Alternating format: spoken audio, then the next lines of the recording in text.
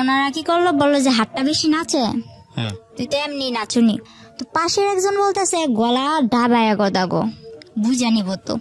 এরকম বলার পরে আমি বলতেছি তোমরা কে, নিশ্চয় আমার চেনা কেউ, তোমার মুখ আমি দেখবো। বললো তোর হাত দুইটা বেশি নাচতেছে, হাত দুইটা বাইদা নিল। পরে পা দিয়া যখন আমি লাথি মারলাম, আমার মনে করেন থাপড়াইতে পুরো লাল বানাই লাইছে। পরে আমার টাইনা নিচে নামায়া পিছন দিকে এভাবে হাত দিয়া খাটের পায়ের সাথে আমার বাঁধছে। এই 18 চলতেছে, এখন 18 চলছে। আপনি কি একটু শারীরিকভাবে অসুস্থ? জি। আপনার কথা শুনে মনে হচ্ছে কারণ একটু দুর্বল লাগছে আপনাকে। জন্ম জেলা কোথায়? আমার জন্ম জেলা নারায়ণগঞ্জ। নারায়ণগঞ্জ থেকে আপনি আসছেন আজকের এই স্টোরিটা বলার জন্য? জি। ওকে, আর কিছু বলতে চাচ্ছিলেন? আর আমার বাবার বাড়ি কিন্তু মুন্সিগঞ্জ, কিন্তু আমি জন্ম নিয়েছি নারায়ণগঞ্জে, বড় হয়েছি নারায়ণগঞ্জে, ইভেন আমি এখন নারায়ণগঞ্জেই আছি। আচ্ছা, তুমি শুরু করেন আপনি যেখান থেকে বলতে চান। খুব অল্প বয়সে যতটুকু শুনছি, এখনো আম্মুর কাছে শুনি যে আমার জন্মের পর থেকেই আমার বাবা তত একটা খুশি না, আমার নিয়ে অনেক ঝামেলা করতো। তো আমার মা কষ্ট সিদ্ধে আমার যখন 7 কি 8 বছর, এর মধ্যে আমার একটা ভাই হয়। তো এই ভাইটা হওয়ার পর, হ্যাঁ, আচ্ছা, আমার আগেও আমার একটা ভাই হয়েছিল, কিন্তু ওটা হয়েছে মৃত। জি। কি করতো আপনার বাবা? আমার বাবা তখন আর কি আমার দাদার হোটেল ছিল, ওই হোটেলে থাকতো। আচ্ছা। আর এভাবে উনি গাড়ি চালাইতো। আচ্ছা আচ্ছা, ওকে।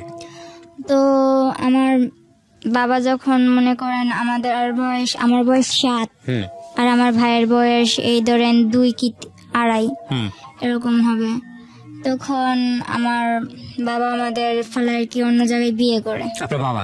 জি।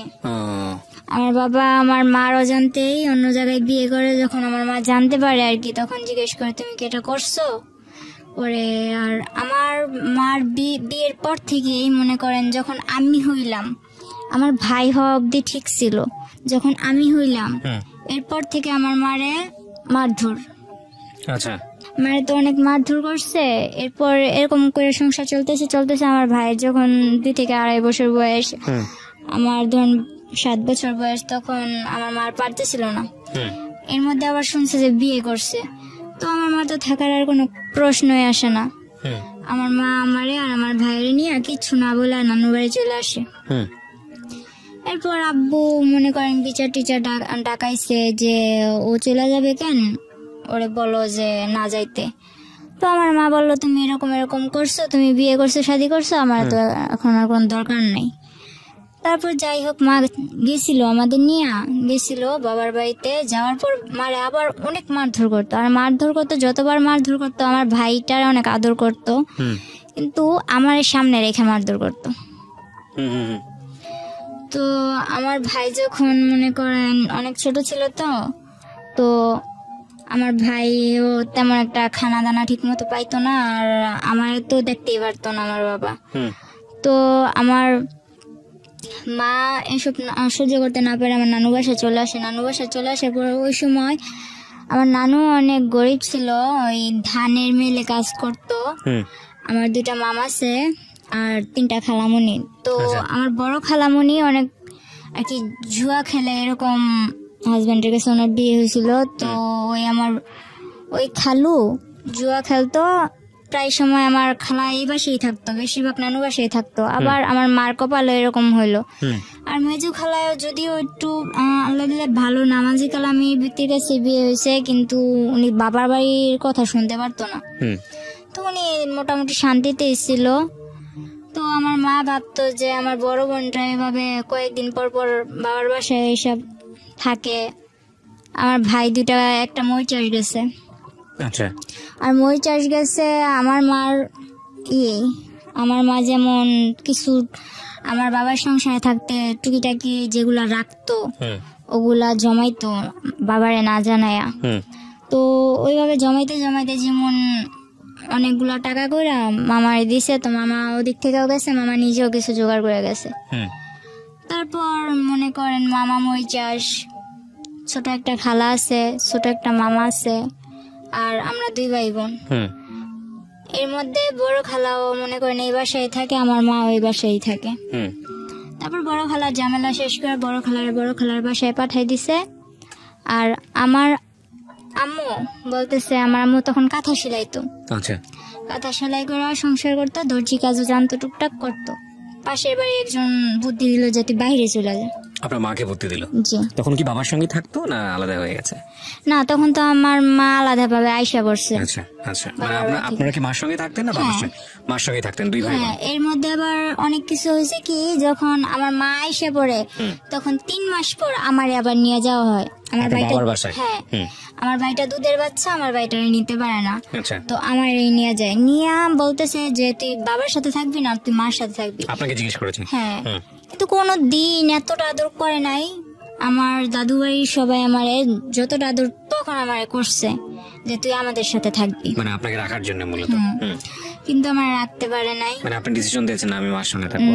আমি ওদের কাছে বলছি হ্যাঁ থাকবো, যখন বলতাম যে না থাকবো না তখন রাইগা যাইতো আর কি, একরকম করতো আমার সাথে। পরে যখন বিচার বসলো তখন আমি বললাম আমি মার সাথে থাকবো। আপনি নিজে থেকে বলেছেন? তখন কি স্কুলে যাইতেন? মানে ওই বয়স ছিল না? কয় বছর বয়স তখন? আমার বয়স 7 বছর। ও আচ্ছা, তার ক্লাস 1-2 তে পড়ার বয়স। হ্যাঁ। পড়াশোনা করতেন? হ্যাঁ, তখন আমি 3-তে পড়তাম। ক্লাস 3-তে পড়তেন। তো আপনি যেটা বলছিলেন যে আপনার মাকে বুদ্ধি দিল যে বিদেশ চলে যাওয়ার জন্য, হ্যাঁ, তারপর ওই আমার মা কি করলো, আমার মা মামারে জানাইলো যে আমি তো বাইরে যাবো, কিছু করতে পারবি কিনা। মামা ডাইরেক্ট বললো না। মা বললো আমার কিছু টাকা পয়সা লাগতো, এখন যদি তোরা না করে দেস তাহলে আমি কার কাছে যাবো। তোকে যে সময় প্রয়োজন ছিল আমি কি তোকে হেল্প করছি না আমার সংসারে থেকে, এখন তোরা কিছু কর। তো আমার মামা ডাইরেক্ট না করে দিল। পরে আমার নানু বুঝাইলো যে দেখ তো মেয়েটা কই যাইবো। এটা বুঝানোর পর মামাও কিছু দিল। তারপর হইলো যে মা এই কাঁথা সেলাই করা, দর্জি কাজ করা, মনে করেন 7-8 মাসে কিছু জোগাড় করলো। জোগাড় করার পরে মা এইসব দিয়া ওই সেন্টারে এদিক সেদিক যায়, মনে করেন কিছুদিন পর মা বিদেশ চলে যায়। তখন আমি 8-এ পড়ি। আচ্ছা, ঠিক আছে। তো আপনাকে রেখে যায় কোথায়?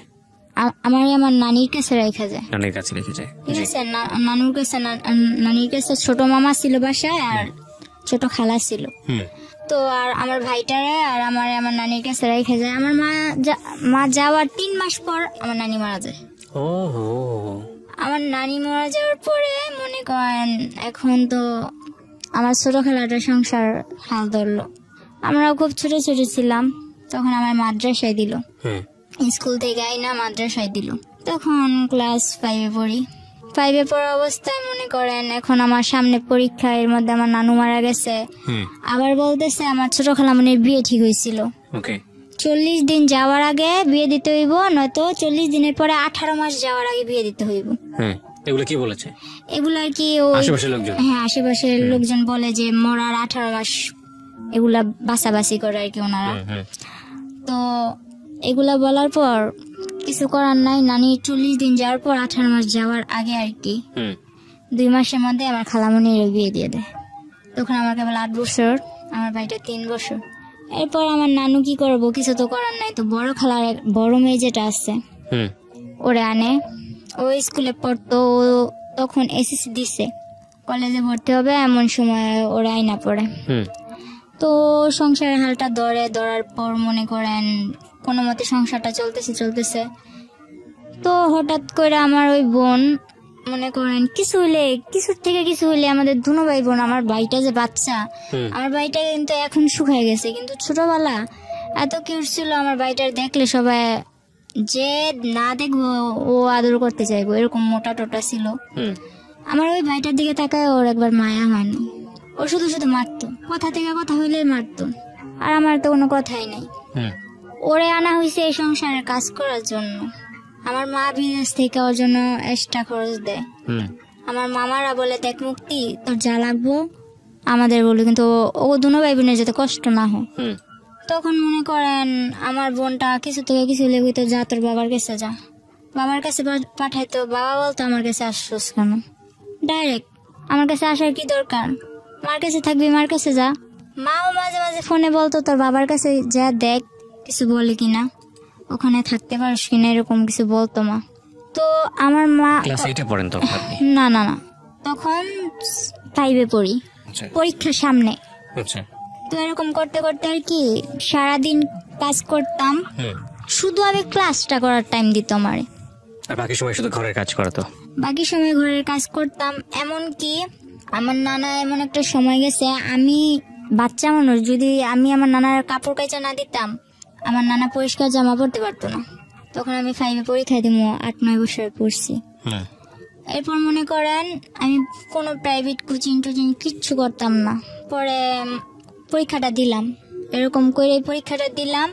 এই সকালে উঠে কি আমি এত তাড়াতাড়ি কি থাল বাসনগুলো ধুতে পারবো? ও রাত্রে 11টা বাজলো, আমি ঘরের মধ্যে পানি আইনা কলসের মধ্যে করে ঘরে পানি আইনা বোলের মধ্যে নিয়ে ওই থাল বাসনগুলো ধুয়ে রেখে যেতাম। এরকম একটা অবস্থা ছিল। আশেপাশের নানুরা কি করতো, আমার কাছে আমার কথা বলতো, আর ওই আমার খালাতো বোনের কাছে আমার খালাতো বোনের কথা বলতো। আমারে বুঝাইতো, দেখ মুক্তি তোদের সাথে এরকম করে, মুক্তি ভালো না, এটা ওইটা এরকম ভাবে চলবি, ওইরকম ভাবে চলবি। আর মুক্তি আবার বুঝাইতো যে এই দুটার বাপের বাড়ির কাছে, বাপের কাছে পাঠাস না কেন, রাখছস কেন তোদের কাছে, এরকম করে কি হালটি মারতো। তো বাসার মধ্যে আমার প্রায় 14টা আসতো, মিল্লা 14টা নানি, একজন এক কথা বলতো। তো ওই সময় বাচ্চা মানুষ ছিলাম, তো মনটাও প্রায় নষ্ট হয়ে গেছিল। পরীক্ষাটা দিলাম, ইনশাল্লাহ ওর বোন একটা, আমার খালাতো বোন আরেকটা, মুক্তির ছোটটা আমার সাথে পরীক্ষা দিচ্ছে, ওর থেকে ভালো ভালো নম্বর পাইছি। কিন্তু দুর্ভাগ্যবশত আমার শেষ পরীক্ষা যেদিন, ইসলাম ধর্ম পরীক্ষার দিন, আমার অ্যাক্সিডেন্ট হয়।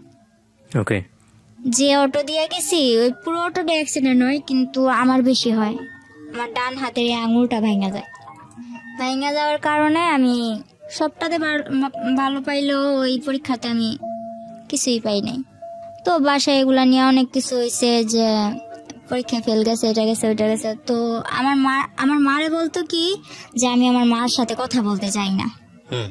কিন্তু আমার মা যখন জিজ্ঞেস করতো যে আমার মেয়ের কাছে দেই, ছেলের সাথে তো কথা বলেই, ও তো বাচ্চা মানুষ, ও কি বলবো। কিন্তু আমি তো বুঝি, এজন্য আমার সাথে কথা বলতে দেয় না। এরকম করে অনেকদিন গেল, যাওয়ার পর আমার আলিটেক মাদ্রাসায় দেওয়া হইলো। মাদ্রাসায় থাইকা পড়বো, তো ওখানে থাইকা পড়তাম, কিছুদিন পড়ালেখা করলাম ওখানে থাইকা। তো ওখানে একটা ছেলে দেখতাম কি মাদ্রাসার বিল্ডিং এর কাজ করতো।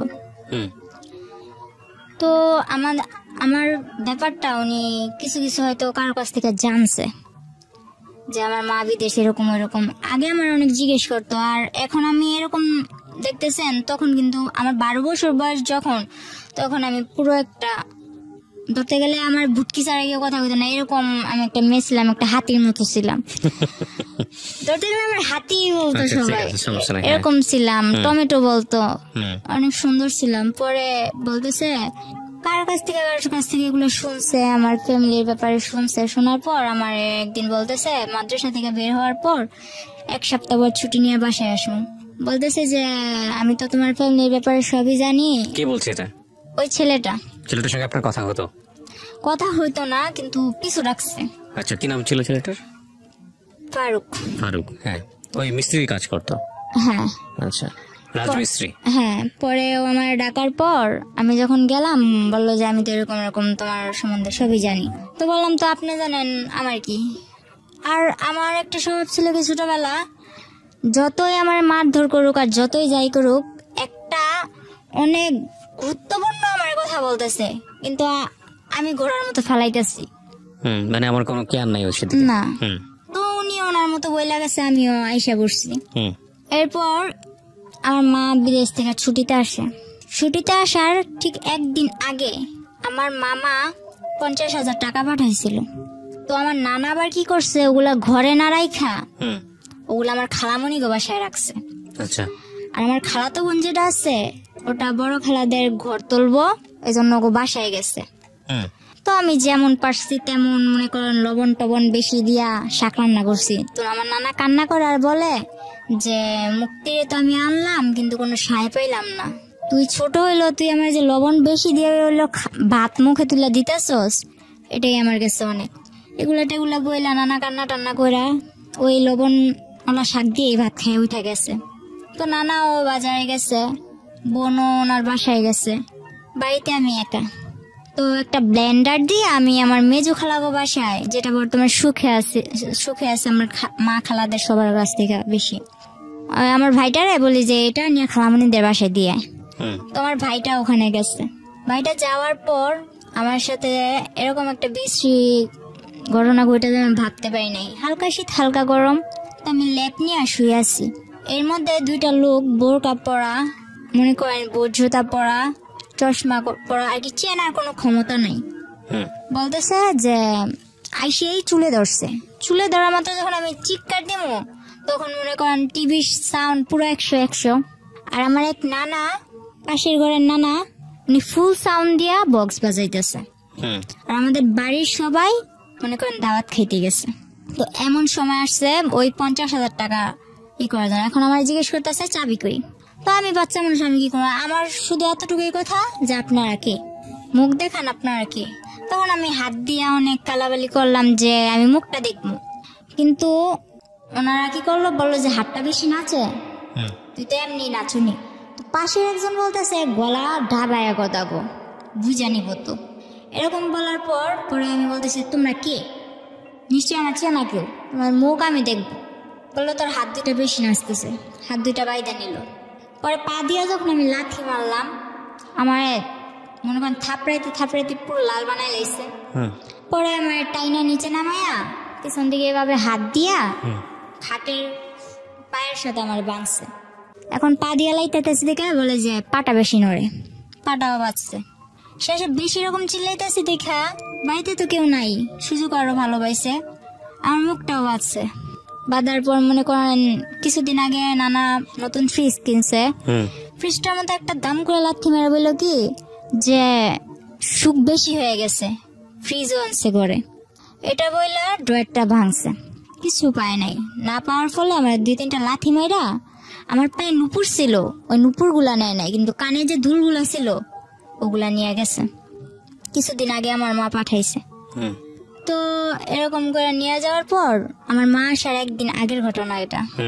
পরে মনে করেন ওনারা চলে যাওয়ার পর অনেক কান্না, ওনারাও দরজা দিয়ে বের হয়েছে, পিছনের দরজা দিয়ে বের হয়েছে, সামনের দরজা দিয়ে আমার এক আত্মীয় আমার দেখা চিৎকার দিয়ে আমার খুলছে। তো পুরো গ্রামে একটা হস্তনস্ত বিষয় হয়ে গেছে। পরে আমার মা আসলো, মা আসার পর মা একদিন পর আসলো, আমি অসুস্থ, আমার মারতে মারতে প্রায় অসুস্থ বানায় ফেলছে একেবারে। মা আসার পর এখন প্রশ্ন দাঁড়াইছে একটা, আমার কানের দুলগুলা নিল কিন্তু নুপুরগুলা নিল না কেন? এটা সবই আমার একটা নাটক। আচ্ছা, মা বলতেছে আপনার এটা সম্পূর্ণ নাটক? না, মা না। তাহলে মার কাছে বাড়ির সবাই বলতেছে, ওই আমার খালাতো বোন বলতেছে যে ওর এটা সম্পূর্ণ নাটক, আমি আমার বাসায় গেছি এই কারণে ওই নাটকটা করছে। ওর বাসায় গেছে ওদের ঘর তুলবে এই জন্য, আমি কেন নাটক করতে যাব? এরপর মনে করতেছেন, তাহলে আমি বললাম যে আচ্ছা আমি যদি নাটকই করি, আমি আমার মুখ বাঁধতে পারবো, আমার পা বাঁধতে পারবো, কিন্তু আমার হাতটা বাঁধবো কি করে? আমি হাতটা যে পিছনে নিয়ে এইভাবে বাঁধছে, ওটা তো আমার দ্বারা সম্ভব না। পরে বলতেছে তোর ভাইয়ের দিয়া করাইছস। তো আমার ভাই তো না না না, আমি এই কাজ করি নাই, আমি কেন করবো, আমি তো খালামুনি গো বাসায় ছিলাম। এখন আমার মা আসছে, আমার মার সামনে তো আমার মারতেও পারে না, কিছু করতেও পারে না, খালি চোখ রাঙায়। তো মা কিছু অনেকটা না বুঝতে পারলো, কিছুটা অন্তত বুঝতে পারছে। মা বললো যে মুক্তি কি হয়েছে, তুই এরকম করতেছিস কেন? কয় না কিছু হয় নাই। পরে বললো যে খালামুনি আমার জন্য আনছো কি? তোমার তো আমি চেন আনতে বলছি। তো আমার মা তেমন কিছু আনতে পারে নাই। ওই মুক্তি আপার আম্মু যেটা আমার বড় খালামুনি, ওনারই মাথায় পানি জমছে। তো ওখানে আমার মা 40,000 টাকা দিয়া দিছে। এরকম করতে করতে ওই আমার খালাতো বোনের চেনটা দিয়া দিল, তা তো ওনার মন বললো না। এরপর মনে করেন আমার মামা বিদেশ থেকে আসলো। মামা বিদেশ থেকে আসার পর বিয়ে করানোর জন্য আমার মা আর কি অনেক কিছু করলো, যে ভাই বিদেশ থেকে আসছে, ভাইয়ের বিদেশ আর পাঠাবো না, বিয়ে করাই দিব। তো মামা বলতেছে আমি বিয়ের পর বিদেশ যাবো। পর বলতেছে আচ্ছা ঠিক আছে তুই বিয়ে কর। তো আমার নানুদের পছন্দ দিয়ে আমার মামার বিয়েটা করানো হয়। বিয়ের 4 দিন পর, ঠিক 4 দিন পর আমার মামা আমার জন্য যে চেন আনছে, মোবাইল আনছে, মোবাইলটা তো আমার হাতে দেয় নাই, বলছে এটা তোর জন্য আনছি। ওই চেনটা আমার কাছে চাইলো যে মামা তোর চেনটা দে তো। বিয়ের 5 দিনের দিন আমার মামি আইসা এরকম করে চেনটা দেখায় যে দেখ, এই দেখো তোমার মামা আমার কয়টা চেন দিছে। তো এটা বলার পর আমি অনেক কষ্ট পাইছি, মারে কিছু বলি নাই, তো মা লক্ষ্য করছে। আর বিয়ের 5 দিন হয়েছে মাত্র, কিন্তু আমার মামি করতো কি, আমার মার নামে যেটা হয়েছে ওইটাও আমার মামার কাছে বলতো, যেটা না হয়েছে ওইটাও আমার মামার কাছে বলতো। তো বিয়ের 1 সপ্তাহ হয়েছে, 7 দিন। 7 দিনের দিন আমার মা বললো যে তুই তো চলে যাবি, তো আমি যে তোরে, আমার মা বাইরে থাকা অবস্থায় আমার মামার 12 লাখ টাকা দিছিল। ওই আমার মামা আর কি আফ্রিকা যাওয়ার পথে মনে করেন দালালেরা বিক্রি করে দিছিল। তো টাকাগুলা দেওয়ার পর আমার মা বলতেছে যে ওগুলার কি করবি। তো এগুলা নিয়ে ওনাদের ভাই বোনেদের মধ্যে কি কথা কাটাকাটি হয়েছে আমি জানি না। আমার মারে অনেক মারলো। তখন সন্ধে মারতে মারতে আমার মার ভিতরে শুধু সেমিস্টার ছিল। আপনার ভাই মানে আপনার মামা? আমার মামা, আমার মার ছোট, ঠিক আছে। তখন যখন আমার মার এই অবস্থা করছে, বাইরে কিন্তু অনেক লোক, চেনা অচেনা অনেক লোক। আমি যখন আমার ওন্নাটা আমার মার গায়ে দেই, তখন আমার মামা আমার দিকেও আকর্ষণ করে, হাত বাড়ায়। তখন আমার মা বলে যে দেখ তুই আমার যা যা করছস, আমার মেয়েটারে কিছু করিস না। এটা বলার পর আমার মামা একটা ইস্যু ধরলো কি, যে তোর মেয়ে তো ছেলেদের সাথে লাইন করে। তখন আমি বুঝতাম না কোনটা লাইন করা বলে আর কোনটা ফাইন করা বলে, এত কিছু বুঝতাম না। ছেলেদের বিষয়টা তখন আমার মাথায় ছিলই না। ওই কার্তিকা শুনছে যে ওদিকের ফারুকের সাথে আমি কথা বলি, এতটুকুই। এরকম করে বলার পর আমার মা রাগের মাথায় হয়তো তাই যখন কেউ সেফ ফালাইবো না তো তুই দেখাই দি, আপনাকে বললো? এই কথাটা আমার মা বলছিল, কিন্তু এখন আমার মা বলতেছে যে আমি এরকম কিছু বলিনি। যাই হোক, আপনাকে এটা বলার পর আপনি কি করলেন? পরে আমার মনে একটাই জিদ কাজ করতেছিল যে আমার মা আমার এটা বলছে, আমার মামা আমার মারে মারলো, কেন মারলো, এই জেদটাই কাজ করতেছিল। তো একদিন ওই ফারুক কার থেকে জানি নাম্বার নিয়ে আমার মার মোবাইলে ফোন দিল। ফোন দেওয়ার পরে ফোনটা আমি রিসিভ করলাম। বলে কি করতেছো? আমি চকলেট খেতেছি। আমার কথা উড়া উড়া, চকলেট খেতেছি।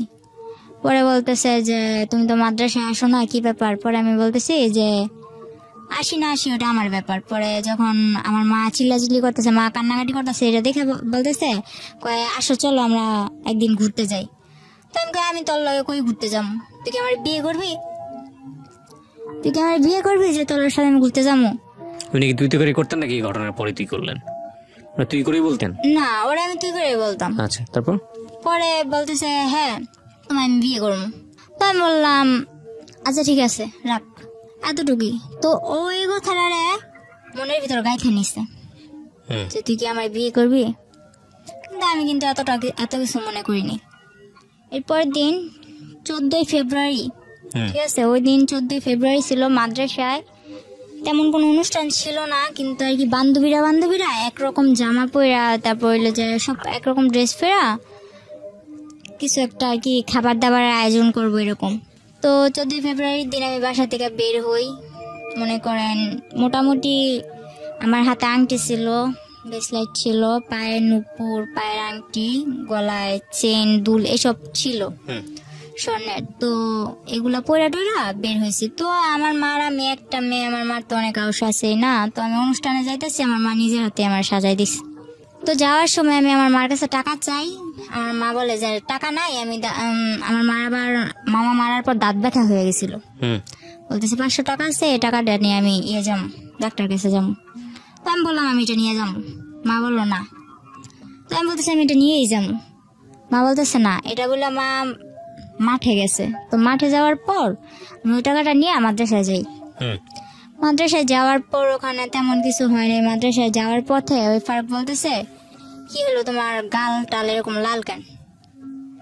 পরে বলতেছে গাল টাল লাল কেন? এর আগের দিন আবার মার সাথে ঝগড়া লেগে আমার খালামুনি আমার 2-3টা থাপ্পড় দিছিল। কোন ক্লাসে পড়তেন তখন আপনি যখন এই বলো? তখন আমি 6-এ। এত অল্প বয়সে? আচ্ছা, 6-এ। পরে মনে করেন 7-এ প্রায় উঠমু। তখন ও কি করলো, ফেব্রুয়ারি দিকে ও বললো যে চলো কই তোমার ডাক্তার কাছে নিয়ে যাবো। তো বললাম ডাক্তার কাছে যাবো। তখন ওই সময় আবার আমার মা মনে করেন, তখন আমার মা দেশে ছিল কিন্তু বাইরে যাওয়ার উদ্দেশ্যে। তো আমার মা বলতেছে যে আমি তো চলে যাবো, তুই তাড়াতাড়ি চলে আসিস। তো বলতেছে যে চলো। তো আমি বললাম যে কই যাবো, কয় ডাক্তার কাছে। তো আমার একটা অভ্যাস ছিল কি ছোট থেকে, আপনি আমি চিনি না জানি না, আপনি যদি বলেন যে আয় ঘুরতে যাবো, ঠিক আছে আমি ঘুরতে যাবো, আপনি যেই হন ঘুরতে তো নিয়ে যাবেন। পরে মনে করেন এরকম করতে করতে ও 2-3 বার বলার পর ওই 14ই ফেব্রুয়ারির দিনই আমারে বললো যে তুমি আসো। তো আসতে বললো, এরপর আমার কিচ্ছু মনে নাই। ও নাকি ও আমার নিয়ে যাওয়ার পর আর কি বলছে যে আমার ডাক্তারের কথা বলে ও নিছে, কিভাবে নিছে, কোত্থেকে নিছে এটাও আমার মনে নেই। ও আমার নিছে যখন আমি গাড়িতে, তখন আমি ওরে বলতেছি যে কিরে তুই আমার কই আনছোস, আমি এখানে কেন। তো গাড়ির মধ্যে আমি অনেক বড় একটা চিল্লাচিল্লি আর কি মানুষ জড়ো করে নিছি। তখন আমি কক্সবাজারের ওদিকে আমার নিয়ে চলে গেছে, কক্সবাজার অব্দি, কিন্তু আমার হুঁশ নেই। ডাক্তারের কথা বলে আপনাকে কক্সবাজারে নিয়ে যাচ্ছে। কিন্তু আমি যে গাড়িতে উঠছি এটাই তো আমার মনে নেই। কিছু একটা খাইয়েছে আপনাকে? কি করছে তাও আমি জানি না। আচ্ছা। পরে মনে করেন আমার যখন আমার সজ্ঞান আসে যে আমি ওর সাথে এত দূর কেন, বা রাত্র হয়ে যাইতেছে, আমার মা তো টেনশন করবো, তখন কিন্তু আমার হাতে একটা ফোন ছিল, কেউ জানতো না, আমার মাও জানতো না। তখন আমি FM শুনতাম, ওই ফোনটা কেউ জানতো না আমার কাছে আছে, এমনকি আমার মাও জানতো না। পরে ওই ফোনটা দিয়ে আমি গেমস খেলতাম, সিম টিম কিছু ছিল না। তো সিম টিম কিছু ছিল না, একটা মার সিম ছিল। মার সিম থাকাতে যে আমি মা থেকে নিছি যে মা এই সিমটা আমার দরকার, কারণ সিম ছাড়া আমি FM শুনতে পারতেছি না। তো ফোনে এত কিছু বুঝি না, ওই FMটাই শুনি আর ই করি, গেমস খেলি। এরপর ওই মোবাইলটা ছিল আমার সাথে, পরে বলতেছে তোমার সাথে মোবাইল আছে, মোবাইলটা দাও। মনে করেন জোরাজুরি করে এক পর্যায়ে আমার থেকে ওই মোবাইলটাও নিয়ে নেয়।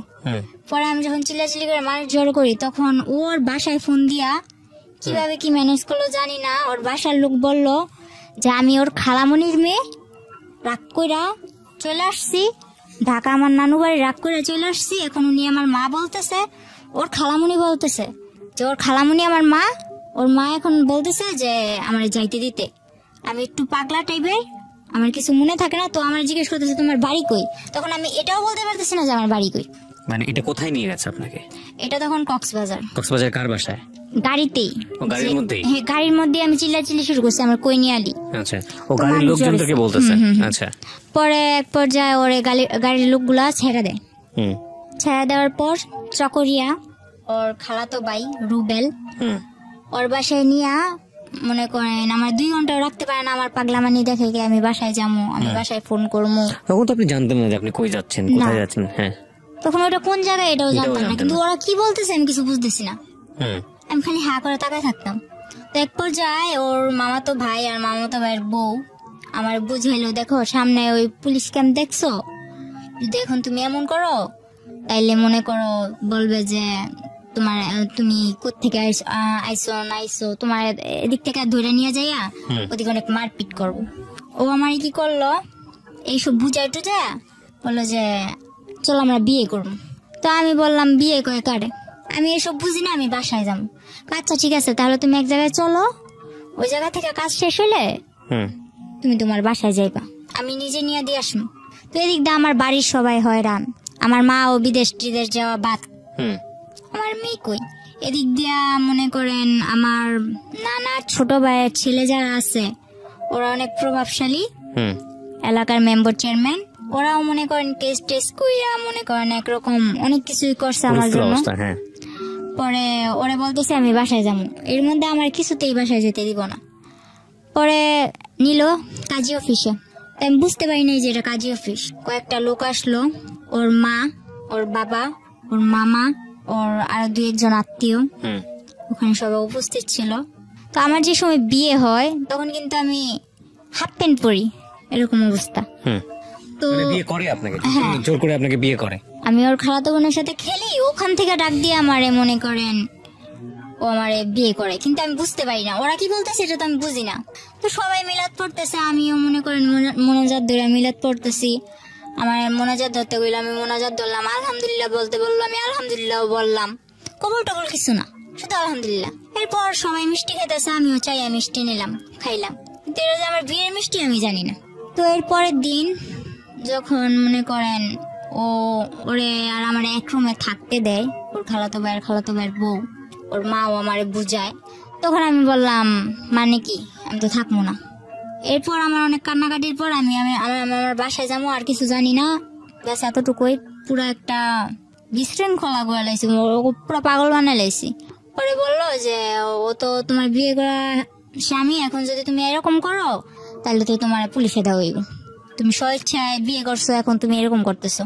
তো আমি বললাম আচ্ছা, আমি যতটুকু জানি বিয়ে করতে আমার বাবার নাম লাগবো, মার নাম লাগবো, এগুলো কোথায় পারলি? আমার তো বিয়ে করছোস, কিন্তু এগুলো কোথায় পাইলি? পরে দেখলাম কি একটা ভুয়া। তখন আমার বয়স কেবল 12, অথচ আমার বয়স দিছে 22-এর উপরে। একটা জন্ম নিবন্ধনের কার্ড বানাইছে, গ্রামের নাম ও যেমন আমার গ্রামের নাম কুলকেতচর, কিন্তু ওখানে কুলকেতচর আলিটেক এরকম করে আর কি অনেক ভুল। একটা জন্ম নিবন্ধনের কাগজ বানায়া কাবিন টাবিন কইরা 3 লাখ টাকা কাবিনে আমার বিয়ে করছে। 5 লাখ টাকা কাবিন, 3 লাখ টাকা উসুল, 2 লাখ টাকা ঢোকে, এরকম ভাবে আমার বিয়ে করছে। বিয়ে করার পর আমি বললাম এসব তো আমি মানি না। পরে আমার মনে করেন অনেক বুঝায় টুজায়া বললো যে কি করবা।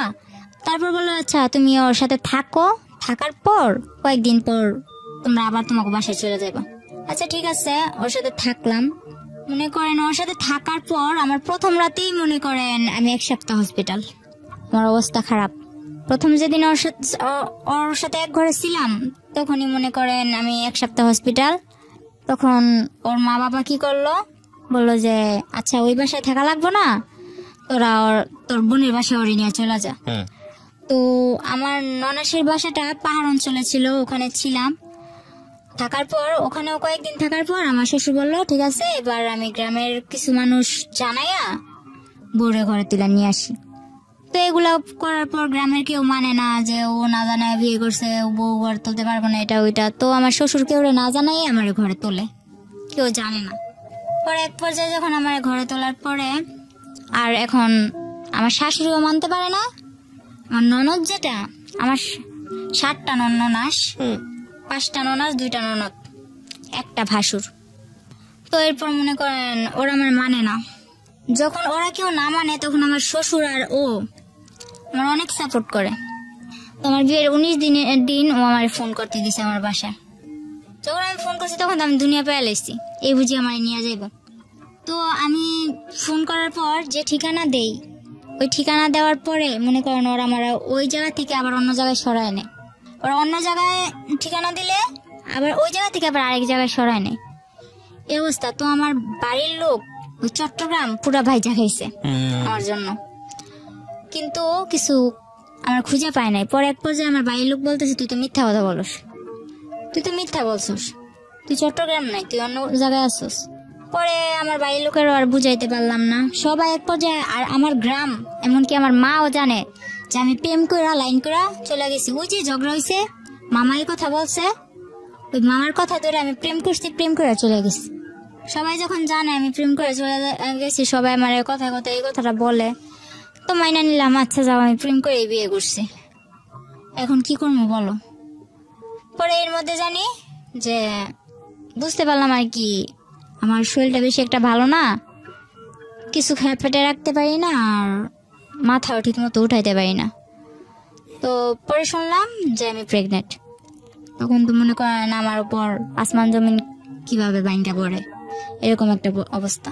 এরপরে ওরে বললাম, ওরে বলার পর ওর মা আর ও ওদের বাসায় নিয়ে চালের বস্তার উপরে ফেলায় আমার মায়ের এই বাচ্চা নষ্ট করতে হইব মানে নষ্ট করতে হইব।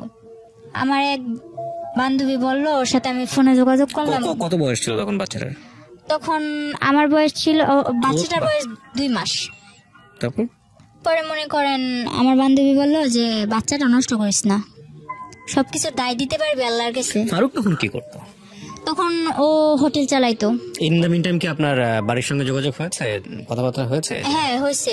মেনে নিয়েছে বাড়ি থেকে? আমার বাড়ি থেকে তো কেউ মাইনা নেয় না। আমার বাড়িতে শুধু ক্লাসে পড়তেন তখন আপনি? তখন আমি ক্লাস 7-এ। ওকে, ফারুকের সাথে আপনার বয়সের পার্থক্য কত ছিল? ওর আমার যখন 12 থেকে 13, ওর তখন 20। বাচ্চা নষ্ট করার প্রসঙ্গে আসছিল। তারপর অনেক মারধর করলো। তখন আমার বান্ধবীর কথা শুনে আমি বাচ্চাটা নষ্ট করলাম না। তো বাচ্চাটা নষ্ট করলাম না ঠিকই, কিন্তু বাচ্চাটা নিলে যে আমার কি হইব ওটা তো মাথায় আসে নাই। শুধু ওই যে বলছে যে এটা আল্লাহর কাছে দায় দিতে পারবি না, এটা বলার পর আমি নষ্ট করলাম না। আমার মারে ফোন দিয়ে বললাম, মা আমার এসে নিয়ে যাও। তখন যখন আমি বাচ্চা নষ্ট করতে না চাইলাম তখন বলতেছে ওরা, আচ্ছা ঠিক আছে আপনাদের মেয়ে আপনারা এসে নিয়ে যান। এটা বলার পর আমার মা আর আমার আপন মামা যারা, তারা এখন কি করছে, এই যে বললো যে আমি প্রেম করে ভাইগা এসে পড়ছি, এই জন্য আমার মারে ঘর থেকে মাইরা তাড়াই দিছে, আবার মারছে। আমি চলে যাওয়ার পর আবার মারছে, মাইরা আমার মারে ঘর থেকে বের করে দিছে। তো বাড়ির পাশে আমার এক চাচাতো নানা ছিল, আমার নানার ফুফাতো ভাই আর কি। তো ওই নানা আমার মারে জায়গা দেয়, জায়গা দেওয়ার পর ওনাদের ঘরে আমার মা থাইকা, এর মধ্যে আমার মা কি করলো, 4 লাখ টাকা দিয়ে একটা জায়গা কিনলো। তো জায়গাটা কিনছে ওই আমারই মামা লাগে মেম্বার, ওনার থেকেই জায়গাটা কিনছে। কেনার পর আমার মা ওদিকে ঘর দুয়ার তোলার ব্যবস্থা করতেছে। এর মধ্যে আমার আব্বু আবার আস্তে আস্তে আসার চেষ্টা করতেছে, পর মনে করেন আমার আব্বু প্রায় বলতেছে যে মেয়ে চলে গেছে আমি আসি, এটা ওইটা। তো আমার মা বলতেছে না লাগবে না। আর মা যখন এটা বললো তখন বললা, আচ্ছা ঠিক আছে লাগবে না, তো আমার যাতে আর দরকার না পড়ে। তখন বললো আচ্ছা ঠিক আছে, তোমার দরকার না পড়লে নাই, তুমি আইসো না। পরে আমার মামা মনে করেন মারে মারধর করে বাড়িতে করে দেওয়ার পরে মা ওই মামাদের ওই নানাদের বাসায় উঠা জায়গা কিনলো, ঘর দুয়ার তুলতেছে। ঘর যখন উঠাবে এখনো ঘরের কিছুই করে নাই, শুধু চালটা দিছে। ওই সময় আমি ফোন দিয়ে বলতেছি আমার এসে নিয়ে যাও। তখন আমার নিয়ে আসার পর বলতেছে যে ওখানে যাইয়া আমার শ্বশুর শাশুড়ি বললো যে আমার মেয়ের যে স্বর্ণ গয়নাগুলো পরানো ছিল ওগুলা কই। তখন ওগুলা তো সম্ভবত আমার শাশুড়ি নিচ্ছে। তো আমার শাশুড়ি নিচ্ছে, আমি বললাম যে আমার শাশুড়ির কাছে। তো আমার শাশুড়ি বললো কই, আমার কাছে এগুলো কিছুই দেয় নাই। মা আমার নিয়ে এসে পরে, মা নিয়ে এসে ওই রাইতে আমার বলতেছে, যখন বুঝতে পারলো যে আমার কিছু একটা অন্যরকম, তখন বললো তুই বাচ্চাটা নষ্ট করে ফেল। বললাম যে আমার যে বাবু হইব তুমি জানলা কি করে? আমি বুঝতে পারি, আমি তোর মা, তোর থেকে আমি হই নাই, আমার থেকে তুই হইছস। পরে মাও বললো এই কথা। মা এই কথা বলার পর আমি ফারুকরে কল দিলাম। কল দিয়া এক রাইতে বললাম এখন এসে আমার নিয়ে যান, আমি ভাড়া বাসায় থাকবো, কিন্তু আমি বাচ্চাটা নষ্ট করবো না। বিয়ে তো মানুষের বারবার হয় না। তো আমার বিয়ে যখন হয়েই গেছে আর সবাই জানে যে আমি প্রেম করে বিয়ে করছি, ভাইগা যায় বিয়ে করছি, তো সবাই যেটা জানে জানুক, কিন্তু আমি বাচ্চাটা নষ্ট করবো না। আপনি আমার বিয়ে করছেন, এটা আপনার বাচ্চা, আপনি এসে আমার নিয়ে যান। ডিটারমিন ছিলেন একদম। তো তখন আমার বয়স অল্প ছিল। আমার মা কি করলো, যেদিন ফারুক আসলো এর পরের দিনই কিন্তু ফারুক চট্টগ্রাম থেকে রওনা দিছে। আসার পর আমার নিতে আসছে ওর এক বন্ধুরে নিয়ে। নিতে আসার পর মা কি করলো, কিছু আয়োজন করে ওরাও খাওয়াইলো, বললো যে তুমি চলে যাও, আমার মেয়ে তো দিব না। তখন আমি বললাম যে আমি চলে যাবো। তখন মা কি করলো, বাচ্চাটা নষ্ট করার জন্য আমারে পিল খাওয়াইলো। আমার গরম পানি করে খাওয়াইতে চাইছে অনেক জোরাজুরি করে, তো আমি গরম পানি করে খাই নাই। তারপর যখন এক পর্যায়ে আমার সাথে ধস্তাধস্তি করতেছে, পরে বললাম আচ্ছা খাবো, কিন্তু আমার ঠান্ডা পানি দিয়ে খাও। কিন্তু তখন আমি জানতাম না গরম পানি দেখালে কি হয়, ঠান্ডা পানি দেখালে কি হয়। কিন্তু আমি গরম পানি খাবো না, তো আমার ঠান্ডা পানি দিয়ে খাও। ঠান্ডা পানি দিয়ে খাওয়াইলো, কিছু হইলো না। তো ওই রাতটা থেকে পরের রাত্রে আমরা আবার বাসে উঠলাম, শ্বশুর বাড়িতে যাম। যাই হোক শ্বশুর বাড়িতেই থাকবো। তো গেলাম, যাওয়ার পর ওখানে মনে করেন 3-4 মাস ভালোই কাটলো। কিন্তু আমার শ্বশুর বাড়িতে আমি ছোট অক্ষে সংসারের হাল ধরেন সবটাই ধরছি। সারাক্ষণ গরুর গোয়ালে পড়ে আসছি, 4-5টা গরু পালতেছি। মুরগি তো মনে করেন খোয়ার ভর্তি মুরগি, হাঁস, গরু, ছাগল সবকিছু করতেছি। তো এর মধ্যে করলো কি, আমি বললাম যে আমি পড়বো, আমি পড়ালেখা করতে চাই। এই কথাটা আজ পর্যন্ত কেউ জানে না, এই যে আজকে আমি বললাম। আমার মা হয়তো শুনতেছে, আমার মাও জানে না। ও আমার স্কুলেও ভর্তি করাইছে, ঠিক আছে, ওর বোনের সাথে আমার স্কুলেও ভর্তি করাইছে। তো স্কুলে ভর্তি করানোর পর ওখানে আমি ঠিক মতো ক্লাস করতে যাইতে পারতাম না, যেহেতু আমার বাড়িতে সংসারে কাজ করা লাগতো। আমি রান্না বান্না করতাম, রান্না বান্না করে গরুর কাজ করতাম, সংসারের যাবতীয় যা কাজ করে যদি সময় পাইতাম তাইলে আমি ক্লাস করতে যাইতে পারতাম। তো ওই সুখটা আমার কপালে বেশি দিন সয় নাই। মনে করেন কিছুদিন পর মানে এই কাজ নিয়ে একটা ঝগড়া হইলো আমার ননদের মধ্যে। আর আমার ননদ অনেক ছেলেদের সাথে মনে করেন ফোনে কথা বলতো, আবার ফেসবুক এসব চালাইতো। তো ছেলেদের সাথে ওর অনেক ঘনিষ্ঠতা ছিল। পরে ও দুষ করতো, কিন্তু দুষগুলো আমার উপরে চাপাই দিত। আমার হাতে মোবাইল দিছিল তখন, ফারুক আমার হাতে একটা মোবাইল দিছে। ও বাইরে থাকলে আমার ফোন টোন দিত। তো কিন্তু আমি মোবাইলের কিছু বুঝতাম না। তো আমি বললাম কি যে তুমি যে আমার দুষ্টা পাও, তুমি পাইছো কি? যখন আমি একটু কড়া ভাবে আমার ননদের আমি ধরলাম, তখন আমার ননদ আমার মারলো। ননদ আর শাশুড়ি মিলে দুইজনই মারলো। এদিক দিয়ে আমি কিছু খাইতে লইতে পারি না, শুকায় কাঠ হয়ে যাইতেছি। আমার তখন 5-6 মাস হয়ে গেছে, বাবু হবে কাছে এসে ঠিক। এর মধ্যে ওরা আমার মারধর করে আর কি, সহ্য করতে পারছিলাম না। পরে এর মধ্যে আমার ফুফাতো বোন যেটা আছে, এটা আমার জামাইয়ের সাথে মনে করেন যোগাযোগ করা শুরু করলো, আমার ফুফাতো বোন। আর বাবার সাথে আমাদের কোনো পরিচয় নাই, কিন্তু আমার ফুফাতো বোন যোগাযোগ করে। পরে কি করলাম, মারে বললাম মা আমি বাসায় চলে যাব। পরে ফারুক আইসা আমার যে সময় আমার 4 মাস শেষ 5 মাসে পড়বো, এমন সময় ফারুকে আবার আমার বাসায় দিয়া যায়। এই দিয়া যাওয়াই যাওয়া, আর কোনো খবর পাত্তা কিচ্ছু নাই।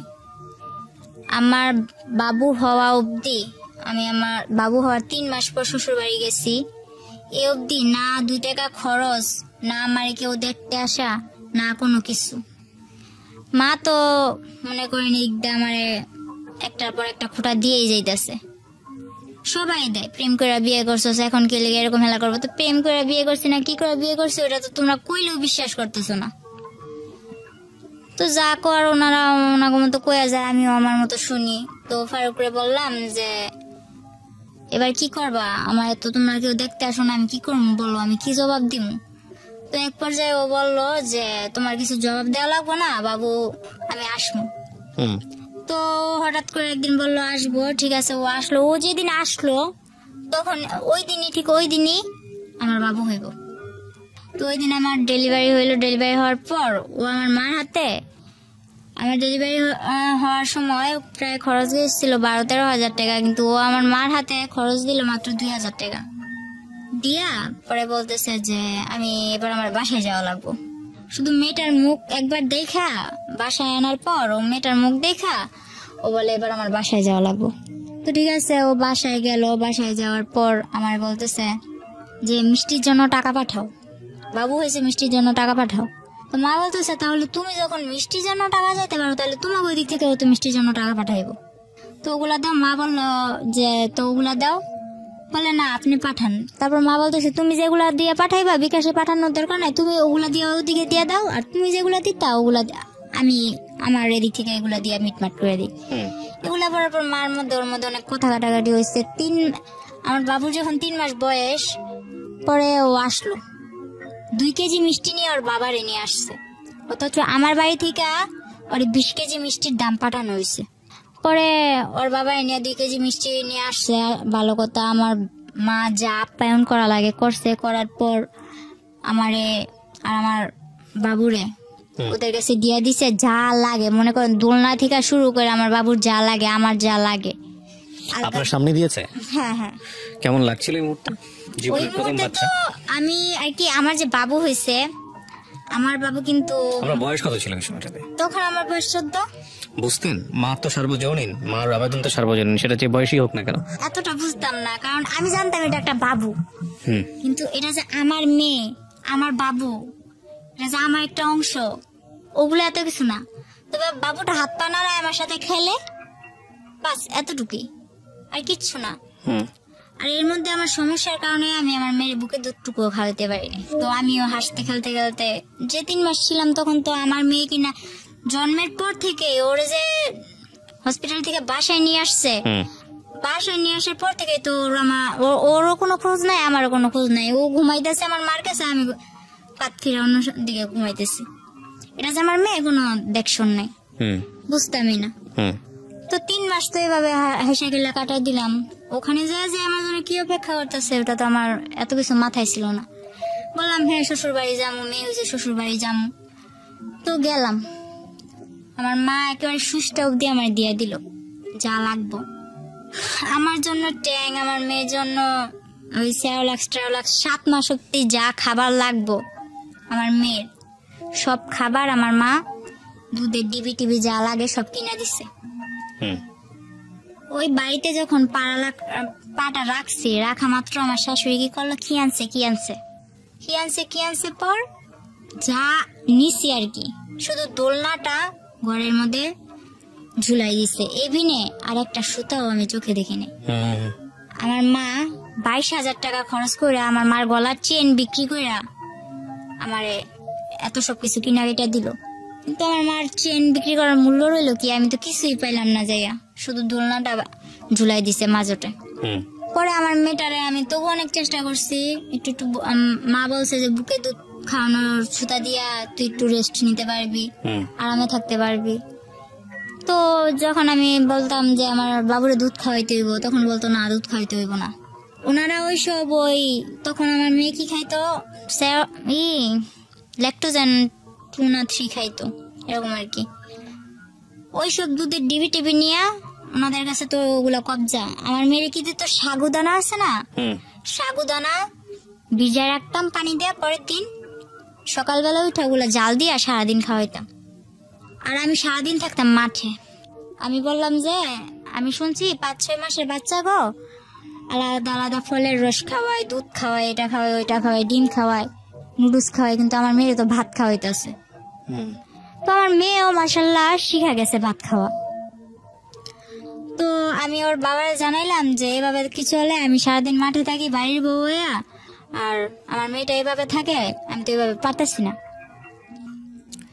তো আমি আমার বাসায় জানাইলাম, বাসায় জানানোর পর আমার মা বাহিরে চলে যায়। আমার শ্বশুর বাড়ি দেওয়ার পর মা বাহিরে চলে যায়। মা বাহিরে চলে যাওয়ার পরে আমার ভাইটারে ওই আমার নানার কাছে দিছে, মাদ্রাসায় পড়ে, সারাদিন মাদ্রাসায় থাকে, রাত্র হইলে আমার নানার কাছে আসে। তো মারে বললাম, মা আমি তো এখন এভাবে থাকতে পারতেছি না, তুমি কিছু একটা করো। তো মা বাহিরে যাওয়ার পর, সৌদি আরব যাওয়ার পর মা ধার করে আমারে 95,000 টাকা দেয়। মূলত 80,000 টাকা দেয়, আমার নানা নিয়ে দিয়ে আসছিল। 80,000 টাকা দেওয়ার পর ওই টাকাটা আমার শ্বশুরের হাতে দিলাম যে আমার ঘর তুলে দেন, আমি এভাবে এক ঘরে থাকতে পারতেছি না, আমার সংসার নিয়ে আমি অন্যদিকে চলে যাবো, আমার ঘর তুলে দেন। তো আমার শ্বশুর কি করলো, ওই 80,000 টাকা নিয়ে দূরে, অনেক দূরে, আমার শাশুড়ি বাড়ি থেকে একটু দূরে এক বাড়ি পরে আর কি, আমার একটা জায়গা দিল। ওই জায়গার মধ্যে ঘরের খাম টাম গাঁথলো, মাটি টাটি বইলো, এগুলা করার পর এর মধ্যে আমার শাশুড়ি আমার দিয়া কিস্তি থেকে অনেক টাকা উঠায়,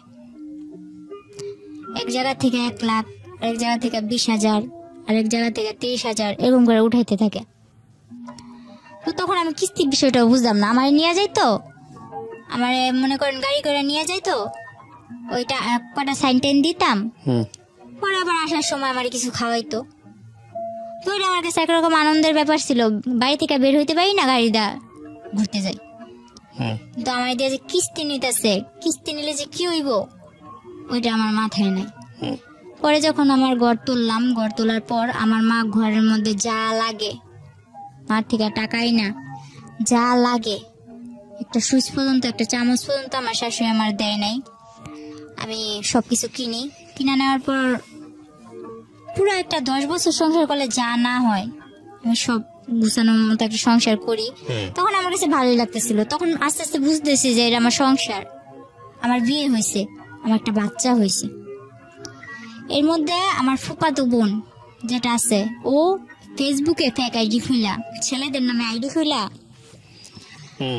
আমার হাজবেন্ডের জানাইলো কি যে আমি তো মিমরে ভালোবাসি, ওর সাথে আমার রিলেশন ছিল, এখন তো আমরা পালাই যাম।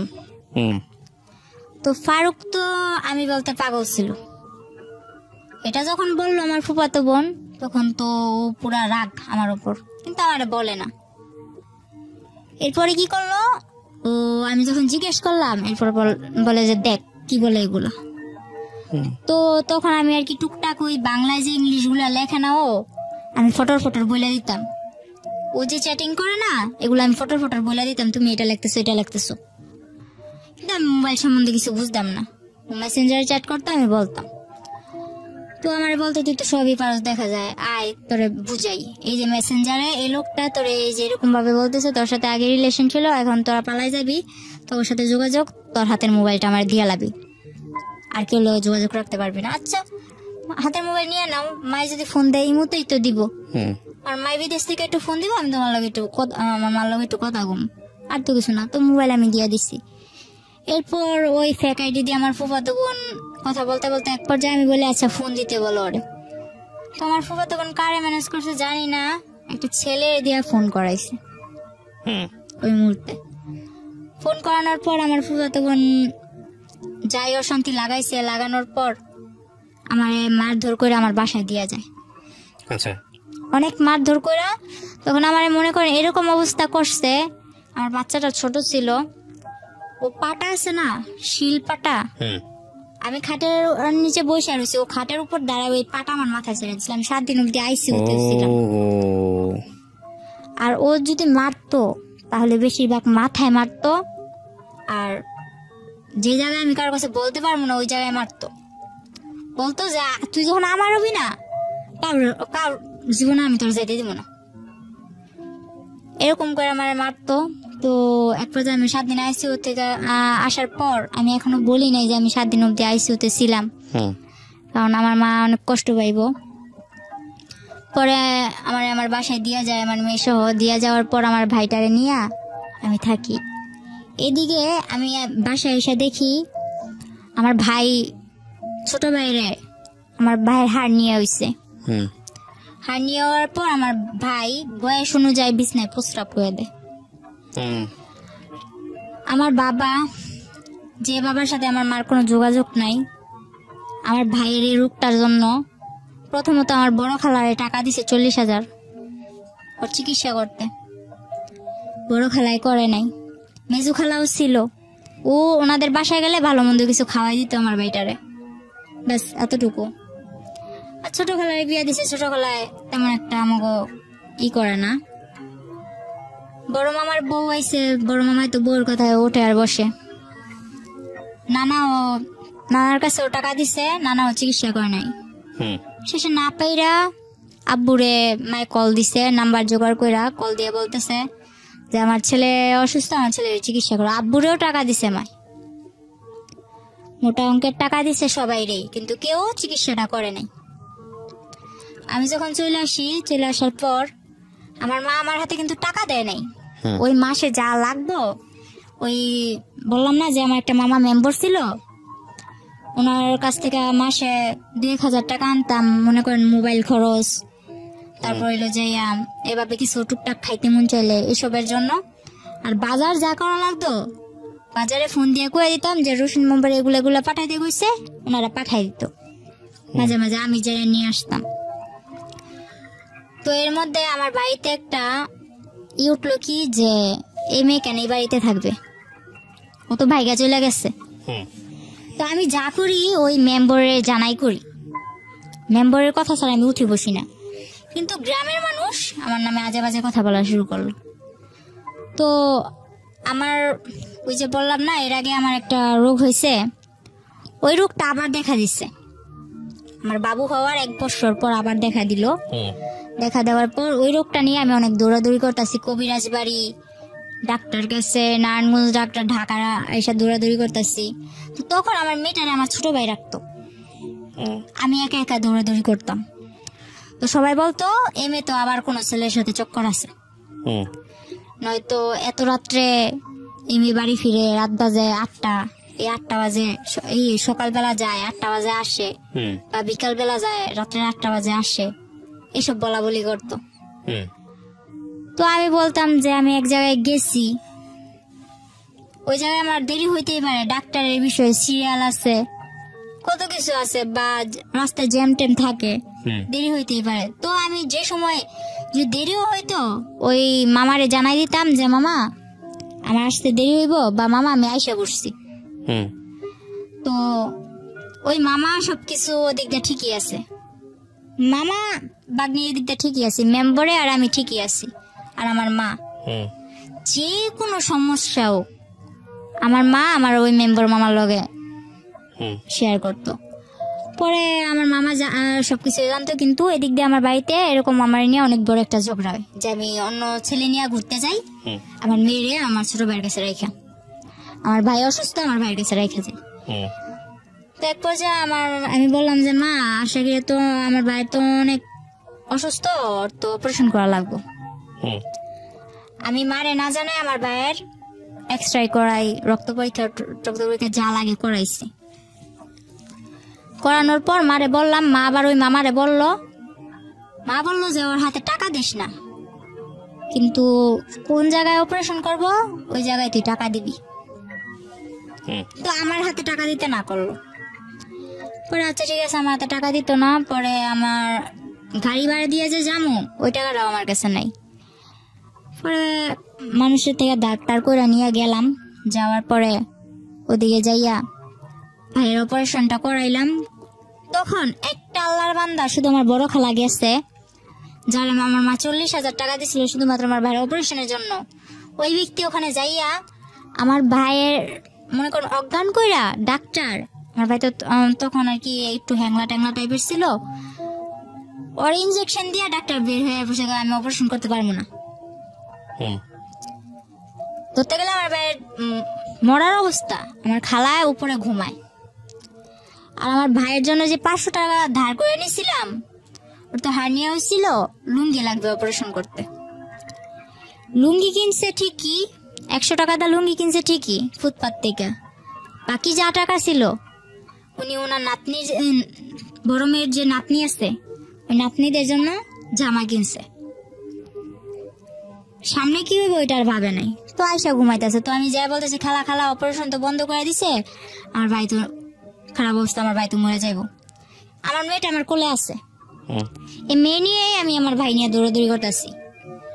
তো পরে মনে করেন আমার খালা তেমন একটা পাত্তা দিল না। এক পর্যায়ে যাই হোক কষ্ট সিদ্ধ আমার ভাইয়ের অপারেশনটা হইলো। অপারেশনটা হওয়ার পর ভাইটা নিয়ে কিছুদিন পর আমার হাজবেন্ডের সাথে আমার যোগাযোগ হইলো।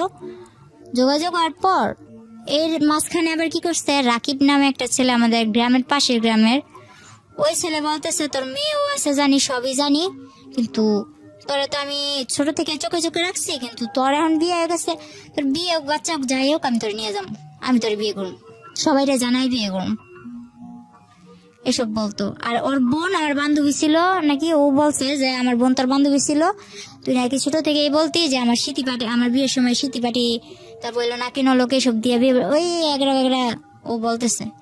পরে মনে করেন ওই ছেলে পাগলের মতো ছিল, ওই ছেলের মা হাতে পায়ে ধরা কান্নাকাটি, এসব না মাথায় না নিয়া যখন ফারুক আবার আমার সাথে যোগাযোগ করা শুরু করলো, তখন আমি আবার ফারুকের বললাম আচ্ছা ঠিক আছে তুমি আইসা আমায় নিয়ে যাও।